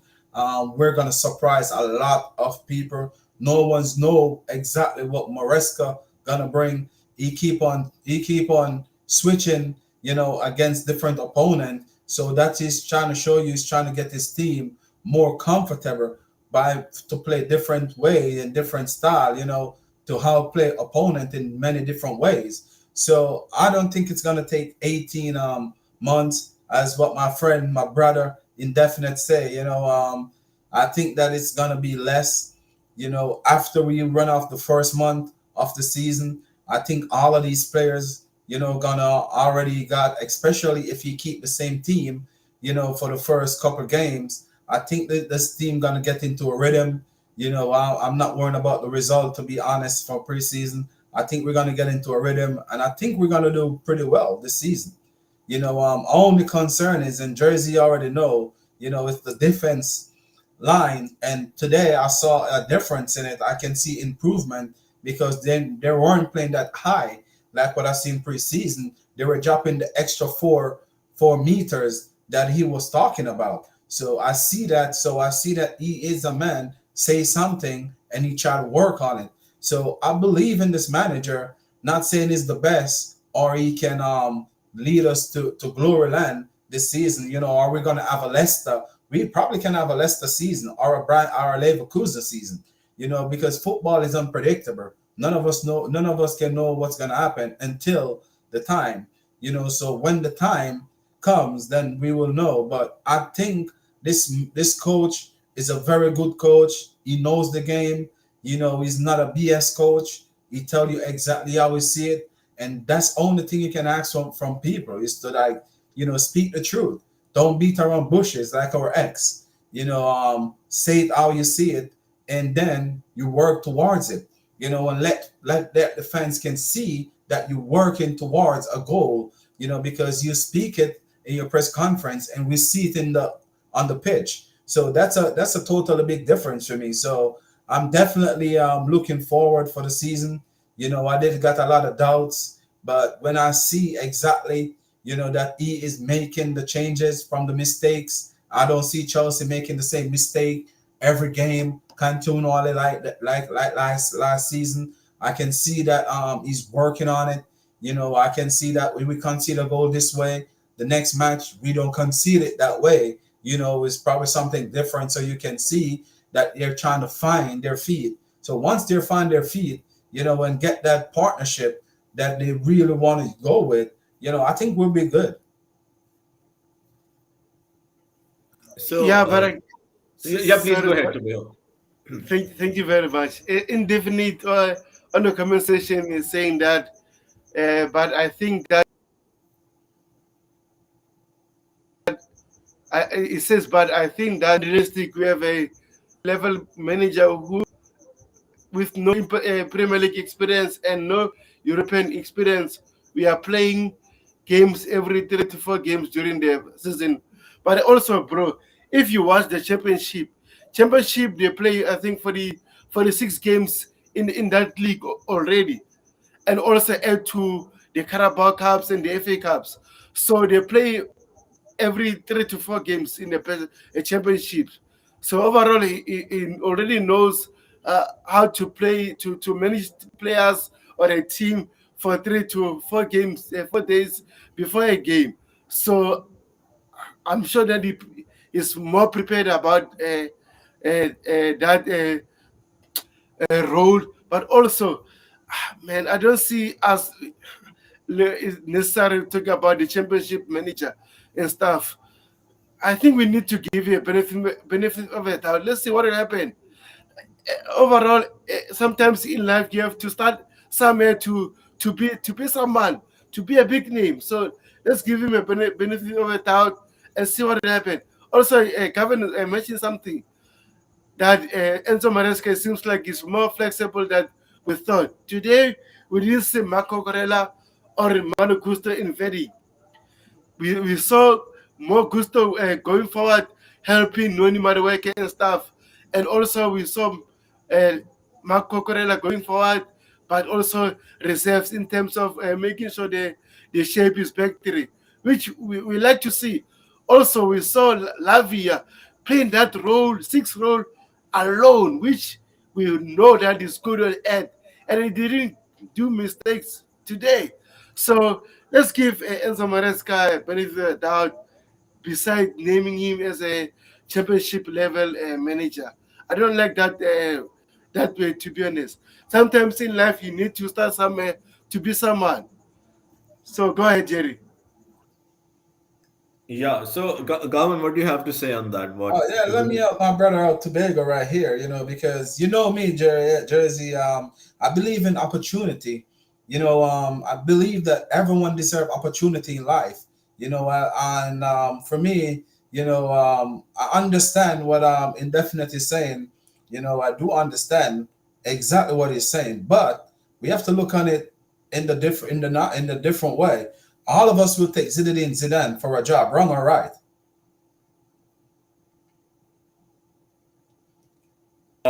Zidane came from Real Madrid B to Real Madrid, right? Okay, thank you. He come from the reserve team. Xavi Alonso, that take Bayer Leverkusen to undefeated season. Where he's coming from.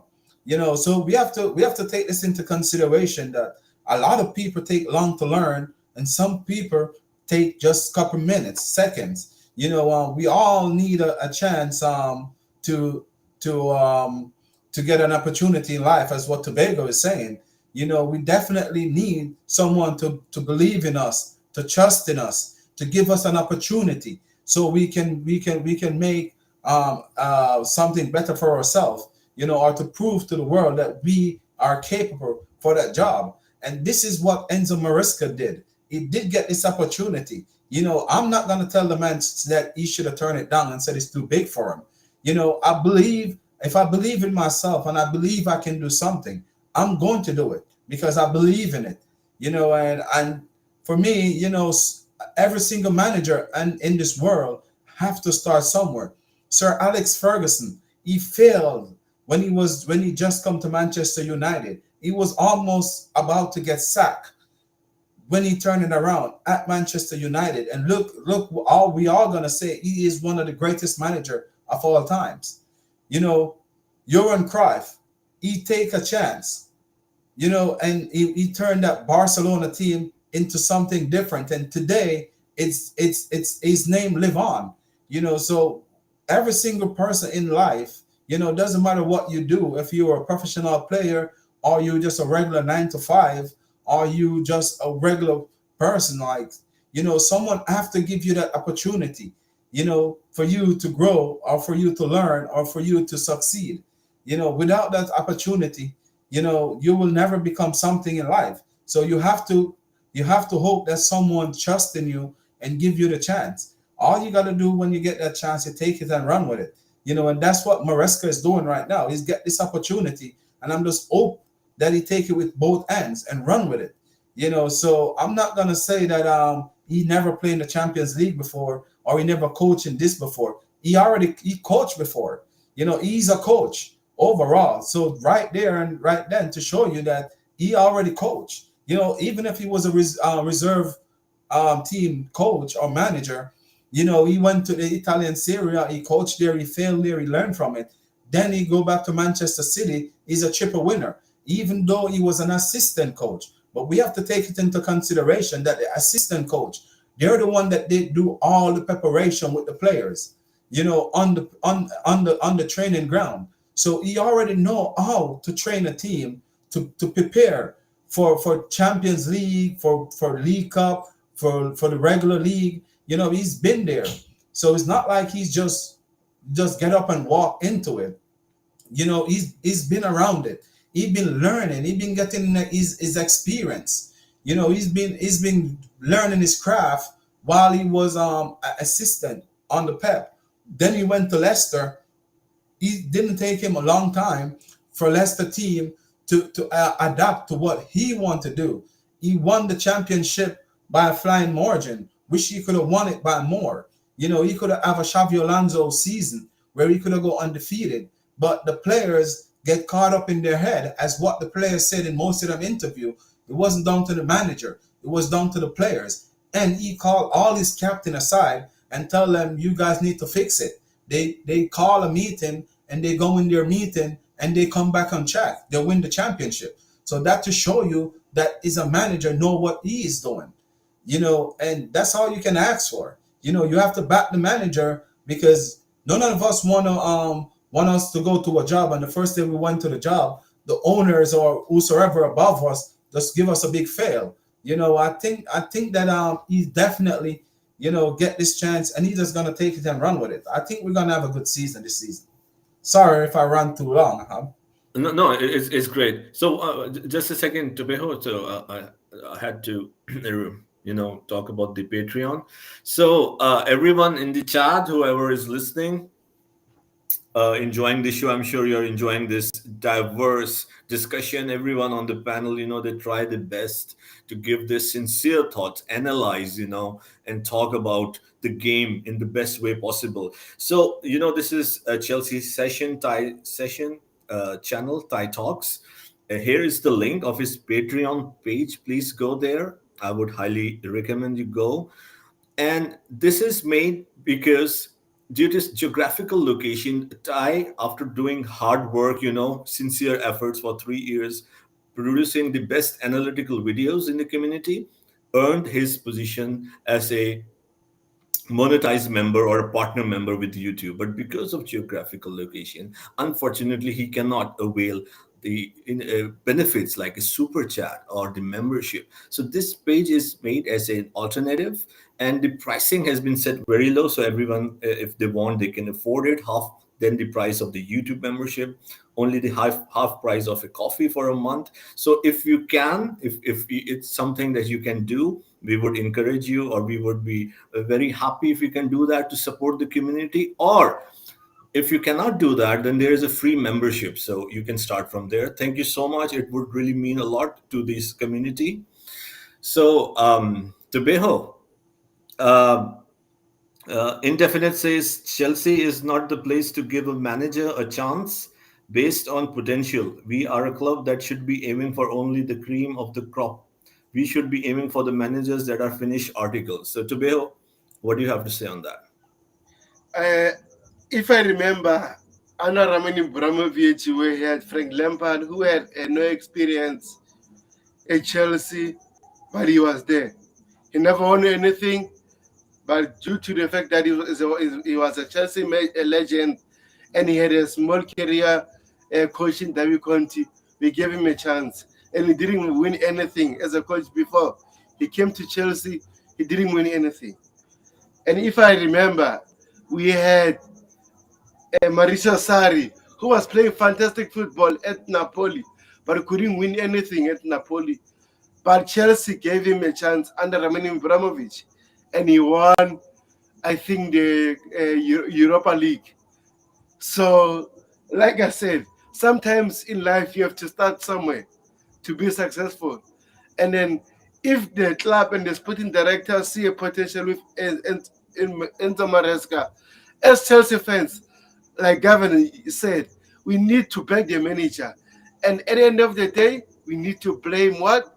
The sporting director and the owners, that they're not giving the coach the right tools or the strong tools to be successful. Because clearly during the preseason, we can see that there's a style of play there, but not every player is executing his plans or his philosophy, or maybe it might take time. But also, again, if we sign an Osimhen and a Nico Williams, that means that signing already push us to another level in terms whether you have Ole Gunnar Solskjaer as a coach, Gareth Southgate as a coach at Chelsea. But when we have those kind of players at Chelsea, or as a manager, you know they're gonna give you something to win games. Sometimes in football, coaches are lucky; they win games due to their players, not due to a style of play or their philosophy. So overall, I think we need to back into Maresca and see what he'll do at Chelsea. So I don't want to judge him according to preseason because preseason is just a fitness and then creating a relationship towards the players and then implementing your style of play. So I'm not gonna judge Enzo Maresca now.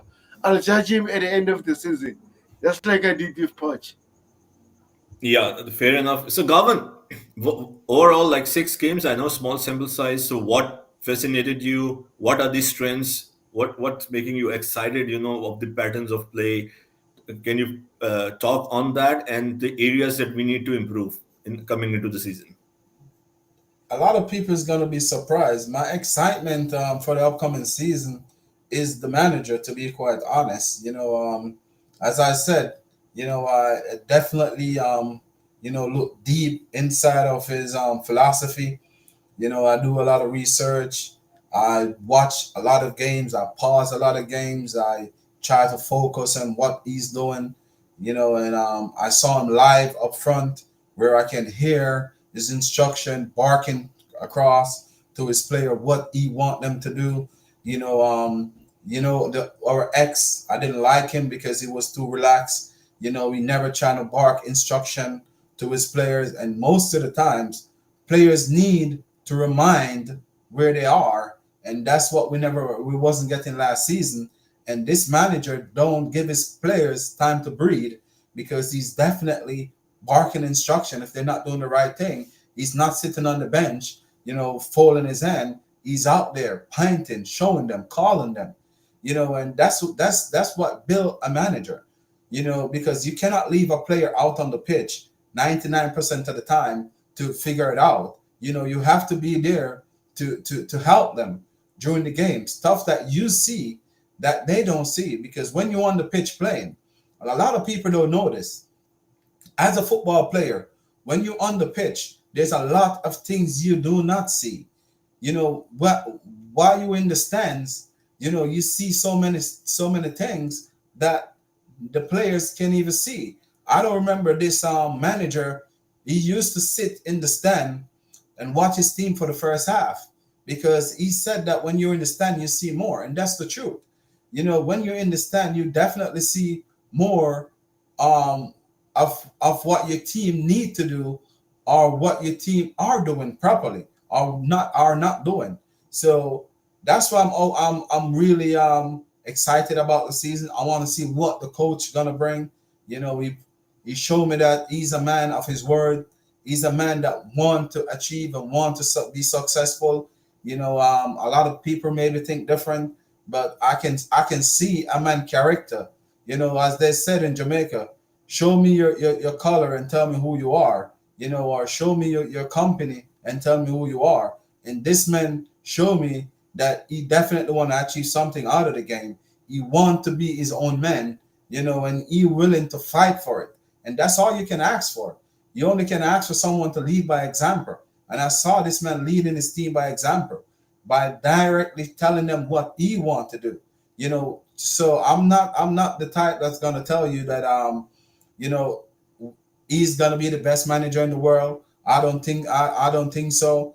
But I'm definitely just excited to see how his team is gonna play, just like any other manager. I saw a comment in there with indefinite was saying about no manager want to come to Chelsea because of a transfer ban. But we have to think about it too.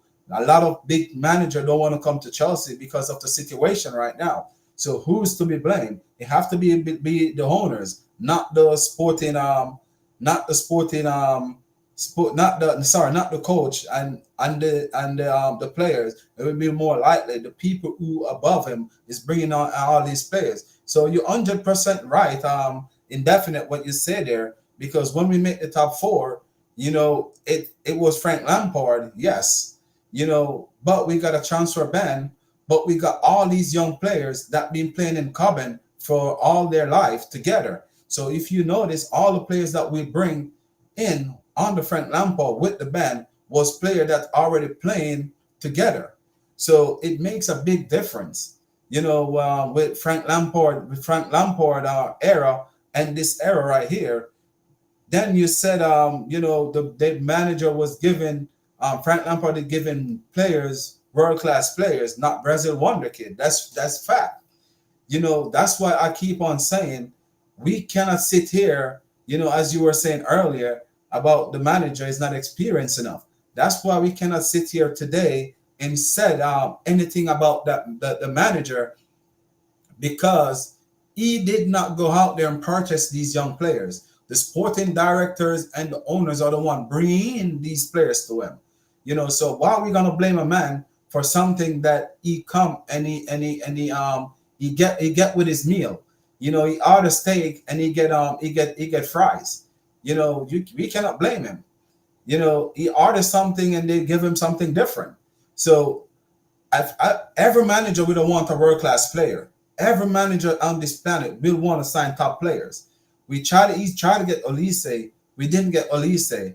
He tried to get Osimhen, because I heard that he's one of them that's pushing for the Osimhen deal. Osimhen haven't crossed the line yet, so he's definitely trying to get good players. So we have to have patience with him. We cannot blame him for what's coming. He just can work with what they present to him, because this is the route that these owners are going in. And all of us got someone that we work with that's set above us, and sometimes you can question them because they whatever they want to do, that's what they're gonna do. You only can hope for the best that one day they listen, and understand where you're coming from and try the way that you want them to try. So it's out of his hand. So the manager is blameless for me. We have to, if we're gonna pull the trigger, you have to turn it around to the owners. They need to fire themselves or fire the sporting directors. Oh my goodness. Wow. I want to thank you guys for stepping in. I found what Garvin just said hilarious. The fire the owner should fire themselves or the sporting director. So yeah, I mean, yeah, and I have to say this.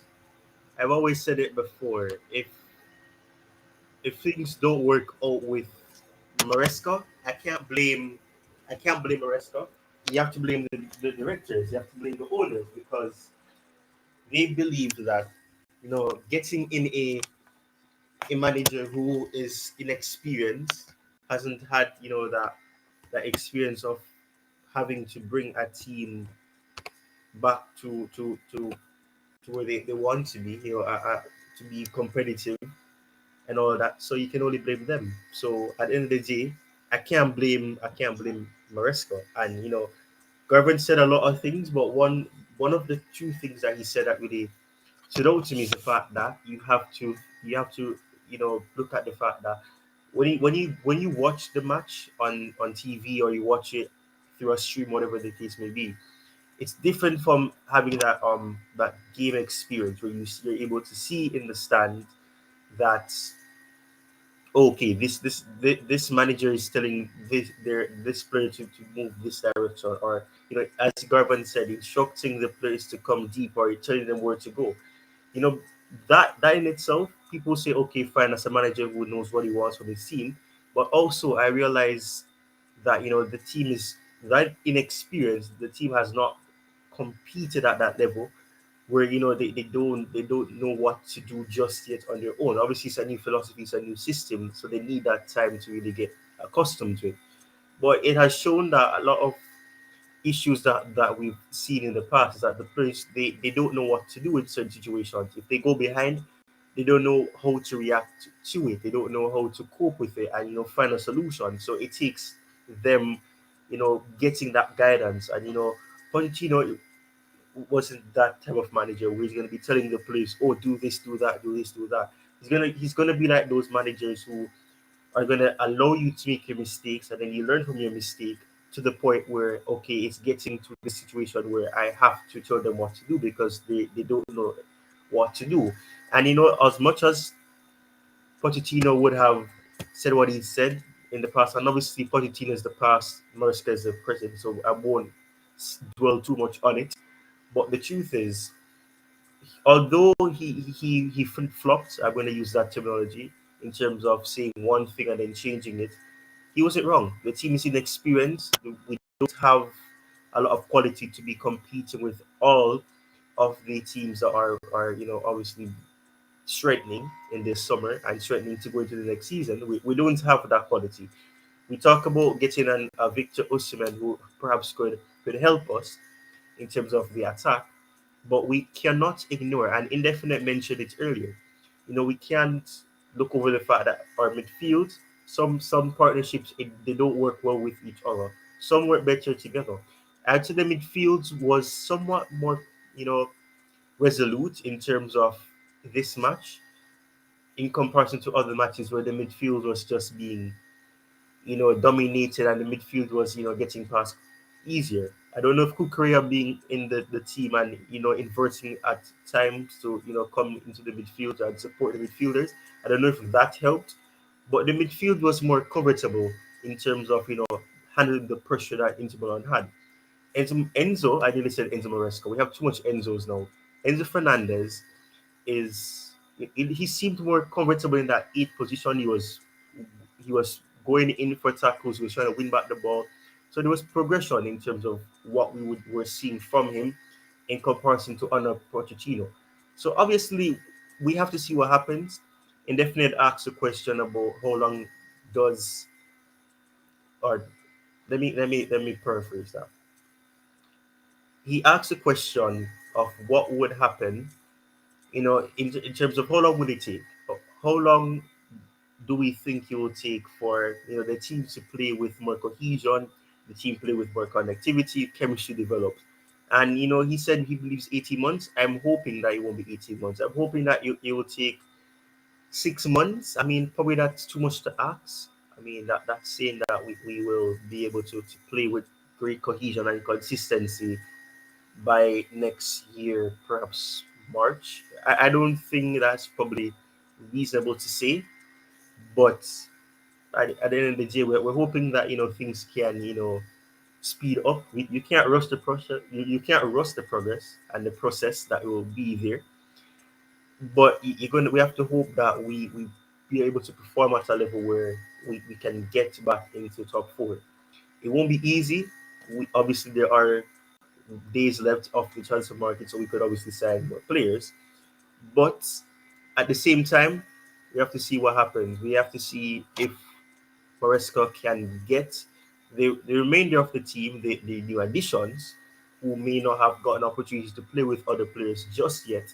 How long it takes for them to buy into and to get accustomed to his way of playing as well. So it's a lot to consider. There's a lot to think about, and I appreciate the conversation that the three of you were having about Enzo Maresca and going into the season, and I appreciate Indefinite allowing us to take the time to think about what we can expect or what we are expecting to see and the expectations of what is successful, what would be a successful season going into the new season. So yeah, it was a wonderful conversation as relates to that. Is Jerry Z, are you there?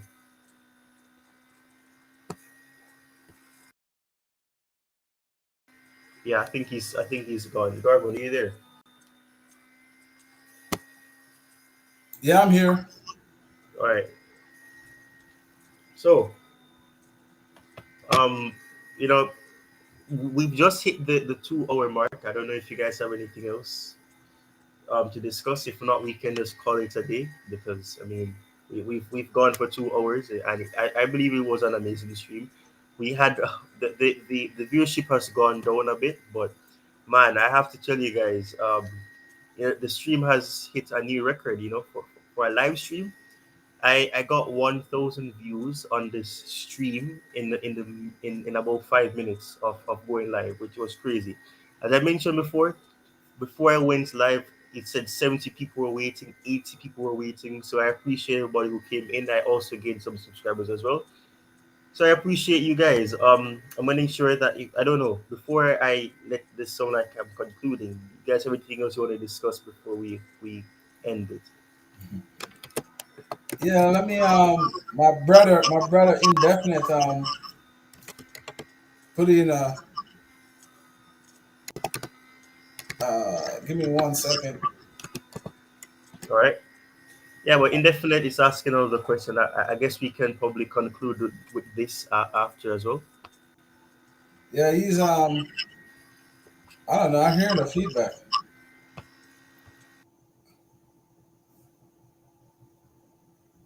I don't know where it's coming from.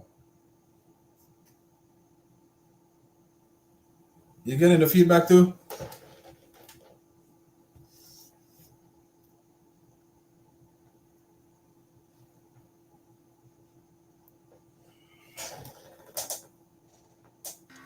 You hear me, Ty? Yeah, I'm hearing you. I was checking to see if the feedback was coming from me. No.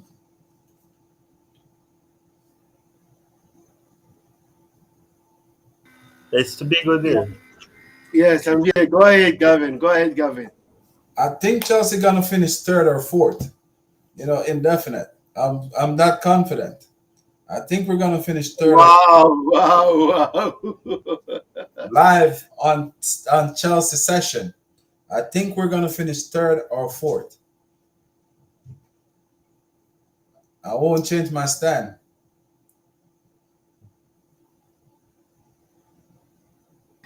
Wow, wow, wow. Wow.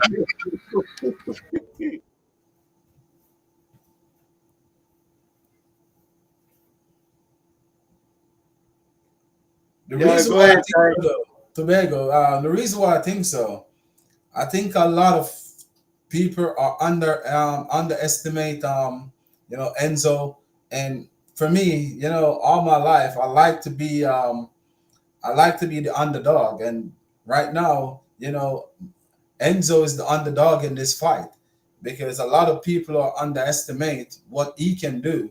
A lot of people are looking at him and said he's a Pep rebound. I think he can do it because he's not no one favorite. So for this season coming, they're gonna be less pressure on him because everyone already accept that he's gonna fail. And most of the time when you expect people to fail, the good ones they always climb themselves to the top. So third or fourth, I think that's where we're gonna finish. No one's know what Enzo is gonna bring because if you notice, right through preseason, we played different styles. So no one knows what Enzo's gonna hit them with. I hope he give them a knockout punch with the first punch in each game. I hope he can go undefeated. That's how confident I am. Wow, wow, wow, Oh wow, my wow. days. What do you have to say about that, Tobago? Yeah, you know what? I'm starting to like Gavin more now because he's positive. He's very, very, very positive. This is what we need in this fan base. But overall, Gavin, my bro, that's a bold move. That's a bold move. But again, like, if personally, if our main players like Kopama, Kunku, Nicholas Jackson, maybe Ed Victor Osimhen, our attackers, our midfielders, stay fit, then for me personally, I would say we're going to finish fourth or fifth if those players are available. So I'm not gonna say third or fourth. Just like Gavin said, oh man, that's a bold move. But I like it, bro. I like it to be underdog because I've been listening to negative things from rival fans, our fan base, ESPN, Talksport, you name them. They've been talking bad things about Chelsea. Oh, what is this? What is Enzo Maresca doing? Blah, blah, blah, blah. It's okay. They can criticize us. Remember, this is preseason. It's all about uh, getting ideas and stuff. And also, Enzo Maresca just said something. He said that he's trying to get the players to get to know each other during system and stuff. So I'm not more worried. But again, that's a bold move, my brother Gavin. GFC Gavin. Yeah, but if you hear what he said right there in the comment, and that's true. You know, I'm gonna tell you this: like, if you don't live in the United States, man, you won't know. United States can, like the state that I'm in, you can pick up the whole entire England and drop and it fit inside of it and leave room. The same thing you probably put Scotland and England together, and they still can cover.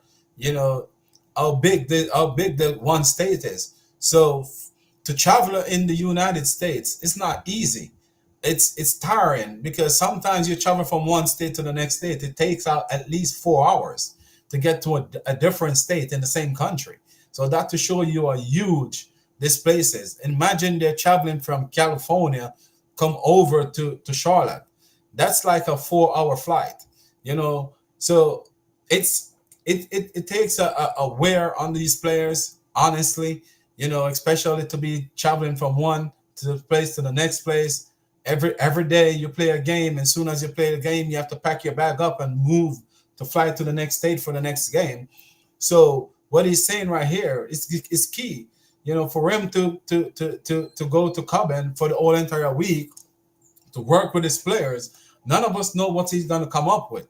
It's a massive, it's a difference, for preseason in the United States than when you have a preseason in Europe, because you can go around Europe in a split of a second. But I'm telling you, man, to travel in this state, in this country, it's a big cost, man. It takes a lot out of players. And then, the sun here was super hot, super, super, super hot. So it's a tough one. Now the players are back in their comfort zone, and now we can finally work with the player day in and day out until that game on Sunday. That's why I'm confident. And not only said the reason why I'm confident, as I said earlier, I like when someone do not believe in me. That's when I feel like I want to prove them wrong. I want to fight harder. I want to show what I can do, what I can bring. And right now, Maresca right now is that man right now. Is the man that's fighting for a cause, fighting to prove to the world, that they're wrong about them. And when a man or anything is they're back against the wall, that's when they're more dangerous. Just like what they say in Jamaica, when trouble take you, a baby shirt can fit you, because when you're in trouble, you're always trying to find a way out.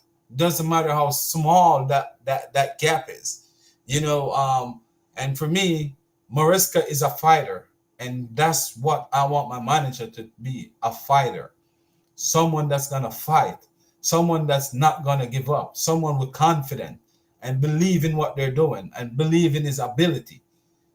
A lot of people will say they got strong desire, and when you check it out, they're weak inside. I don't want someone to show I'm a macho man, and deep inside he's a friar. You know, so I believe in him, to be quite honest. Unless he prove me wrong, but if he proved me wrong, I will hold my hand up and I would say, yeah, I'm wrong. But that's just me. Like, yeah, you have to prove me wrong. No one can come and tell me something unless I have to see for myself. So there's a seeing is believing. So I have to see he fail for me to believe he's a failure. But for right now, he haven't shown me that he's a failure. He showed me that he is a man on a mission. So I believe in his mission.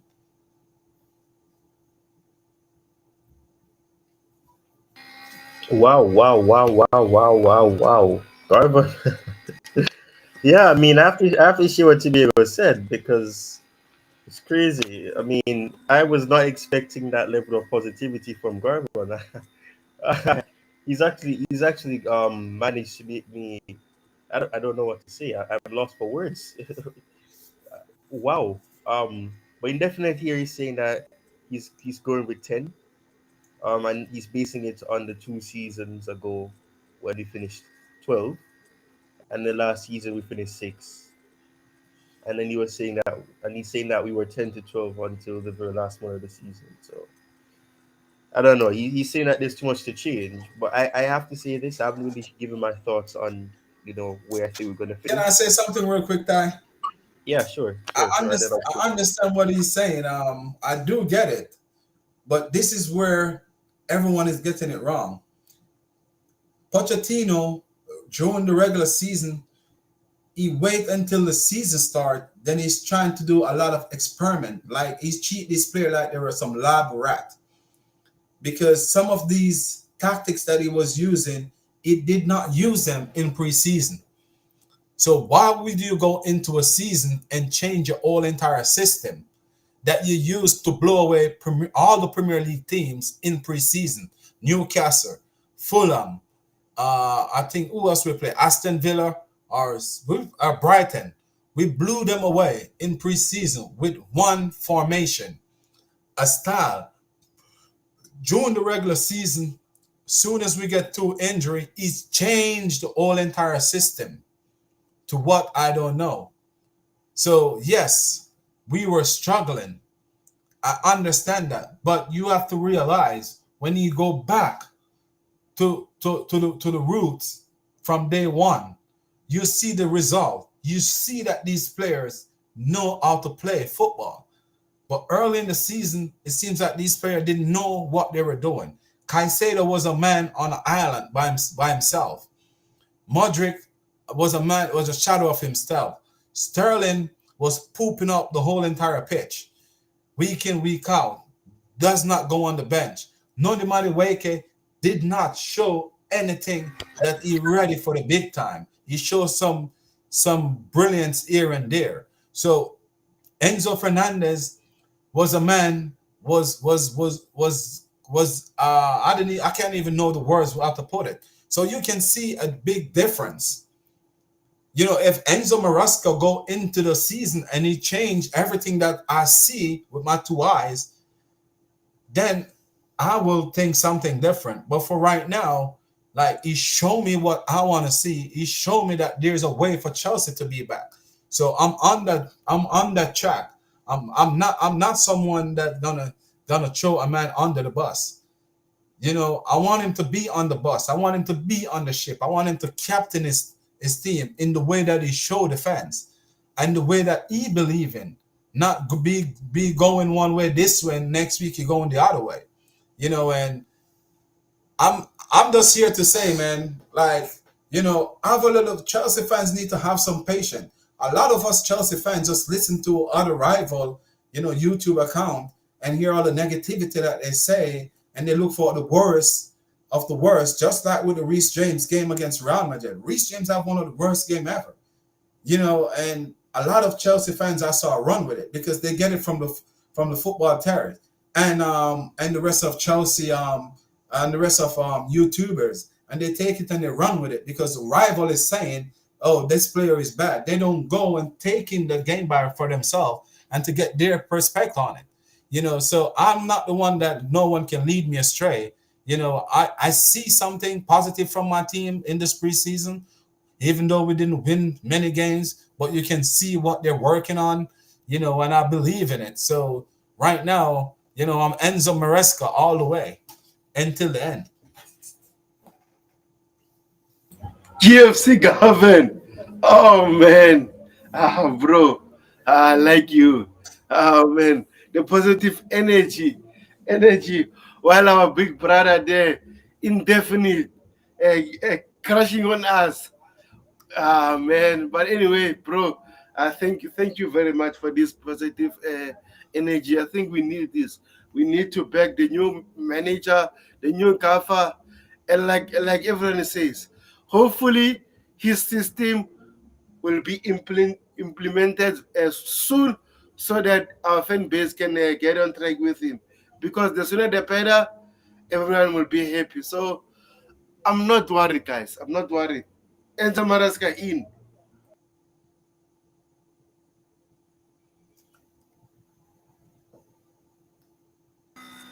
Yeah, I mean, yeah, Garvan's level of positivity really shook me a while ago. But yeah, I'm aware that Jersey would have promoted the Patreon account, but also I'm gonna be, letting this be known as well. As the Nightbot message says here, the Chelsea Sessions channel cannot receive super chats directly from YouTube. So if you're interested in sending a super chat, you can send it through PayPal, and the link is there.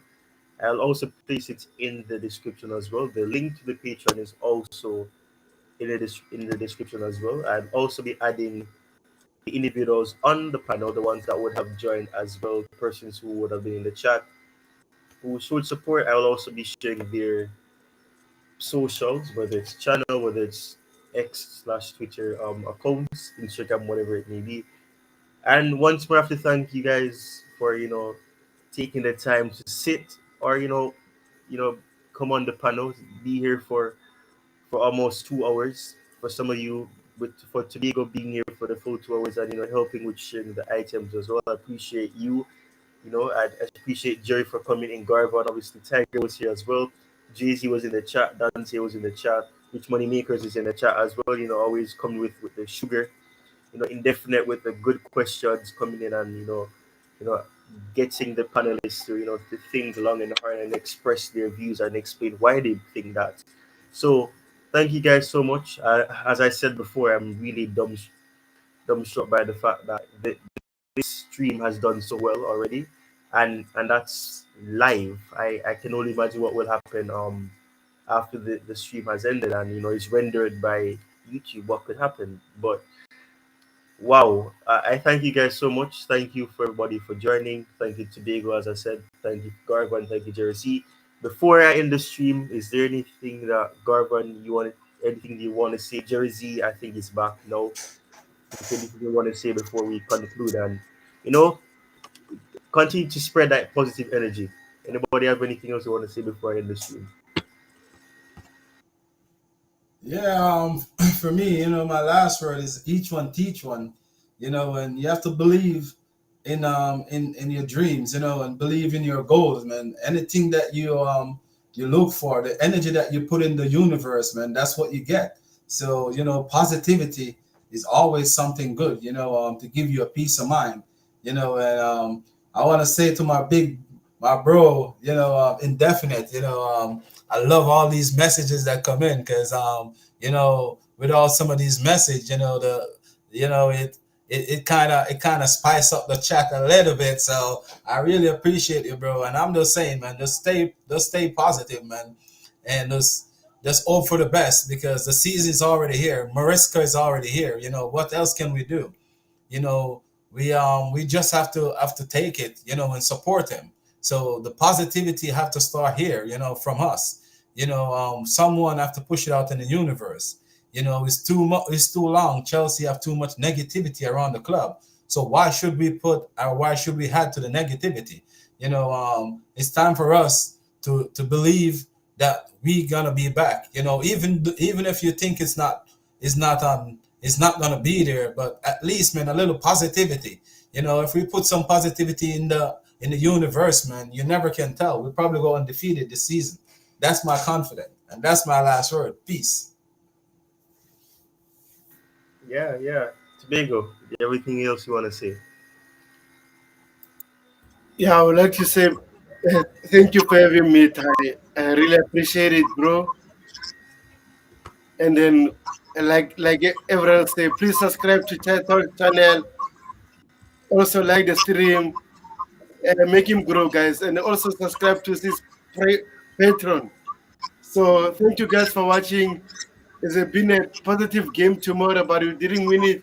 So hopefully, like CFC govern positivity. We go on Sunday, we beat Manchester City. Come on, you Blues. How about you, Jerry?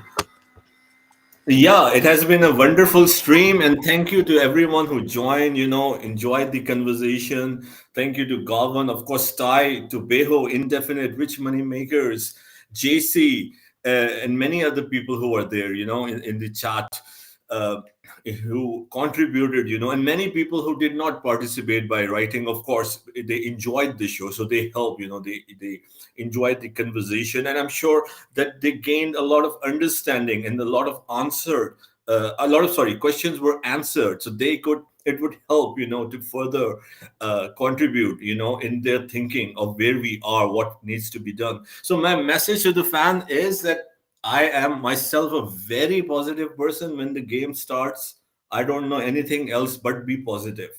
At the same time, I would say that I would encourage, my message is always whenever someone asks me to think, research, think for yourself, look at the evidence, and at the end of the day, support the club. 100% support the club. But everyone has their opinion as much as it's respectful.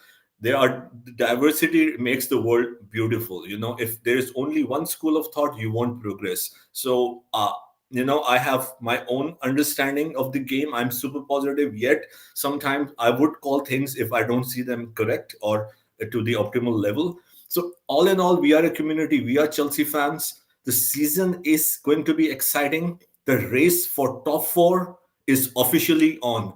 Come on, you Blues! Come on, you blues, indeed. Come on, you blues, indeed. As I said before, thank you, Rich Money Makers. Thank you, Indefinite. Thank you, Dante. Thank you, Jay Z. Thank you to Jordan, who Liverpool fan who was in the chat in the earlier stages. Thank you, everyone, for joining. I will see you guys next time. I don't know if it'll be a stream, but I have to say, since I've been doing streams recently, I've been, reminded because, Tobago know this, more than probably Garvin and Jersey. But in the past, I used to do streams, and the community continues to grow through streams where you have that interaction. You're able to have conversations about Chelsea or whatever club you support in this setting. So I appreciate you guys once more for coming on. I'll see you guys next time. Keep the blue flag flying high. Come on, Chelsea. Come on, you Blues. We face Manchester City next week. Hopefully, things will go positively. Peace. Cheers. Thank you guys once more for joining.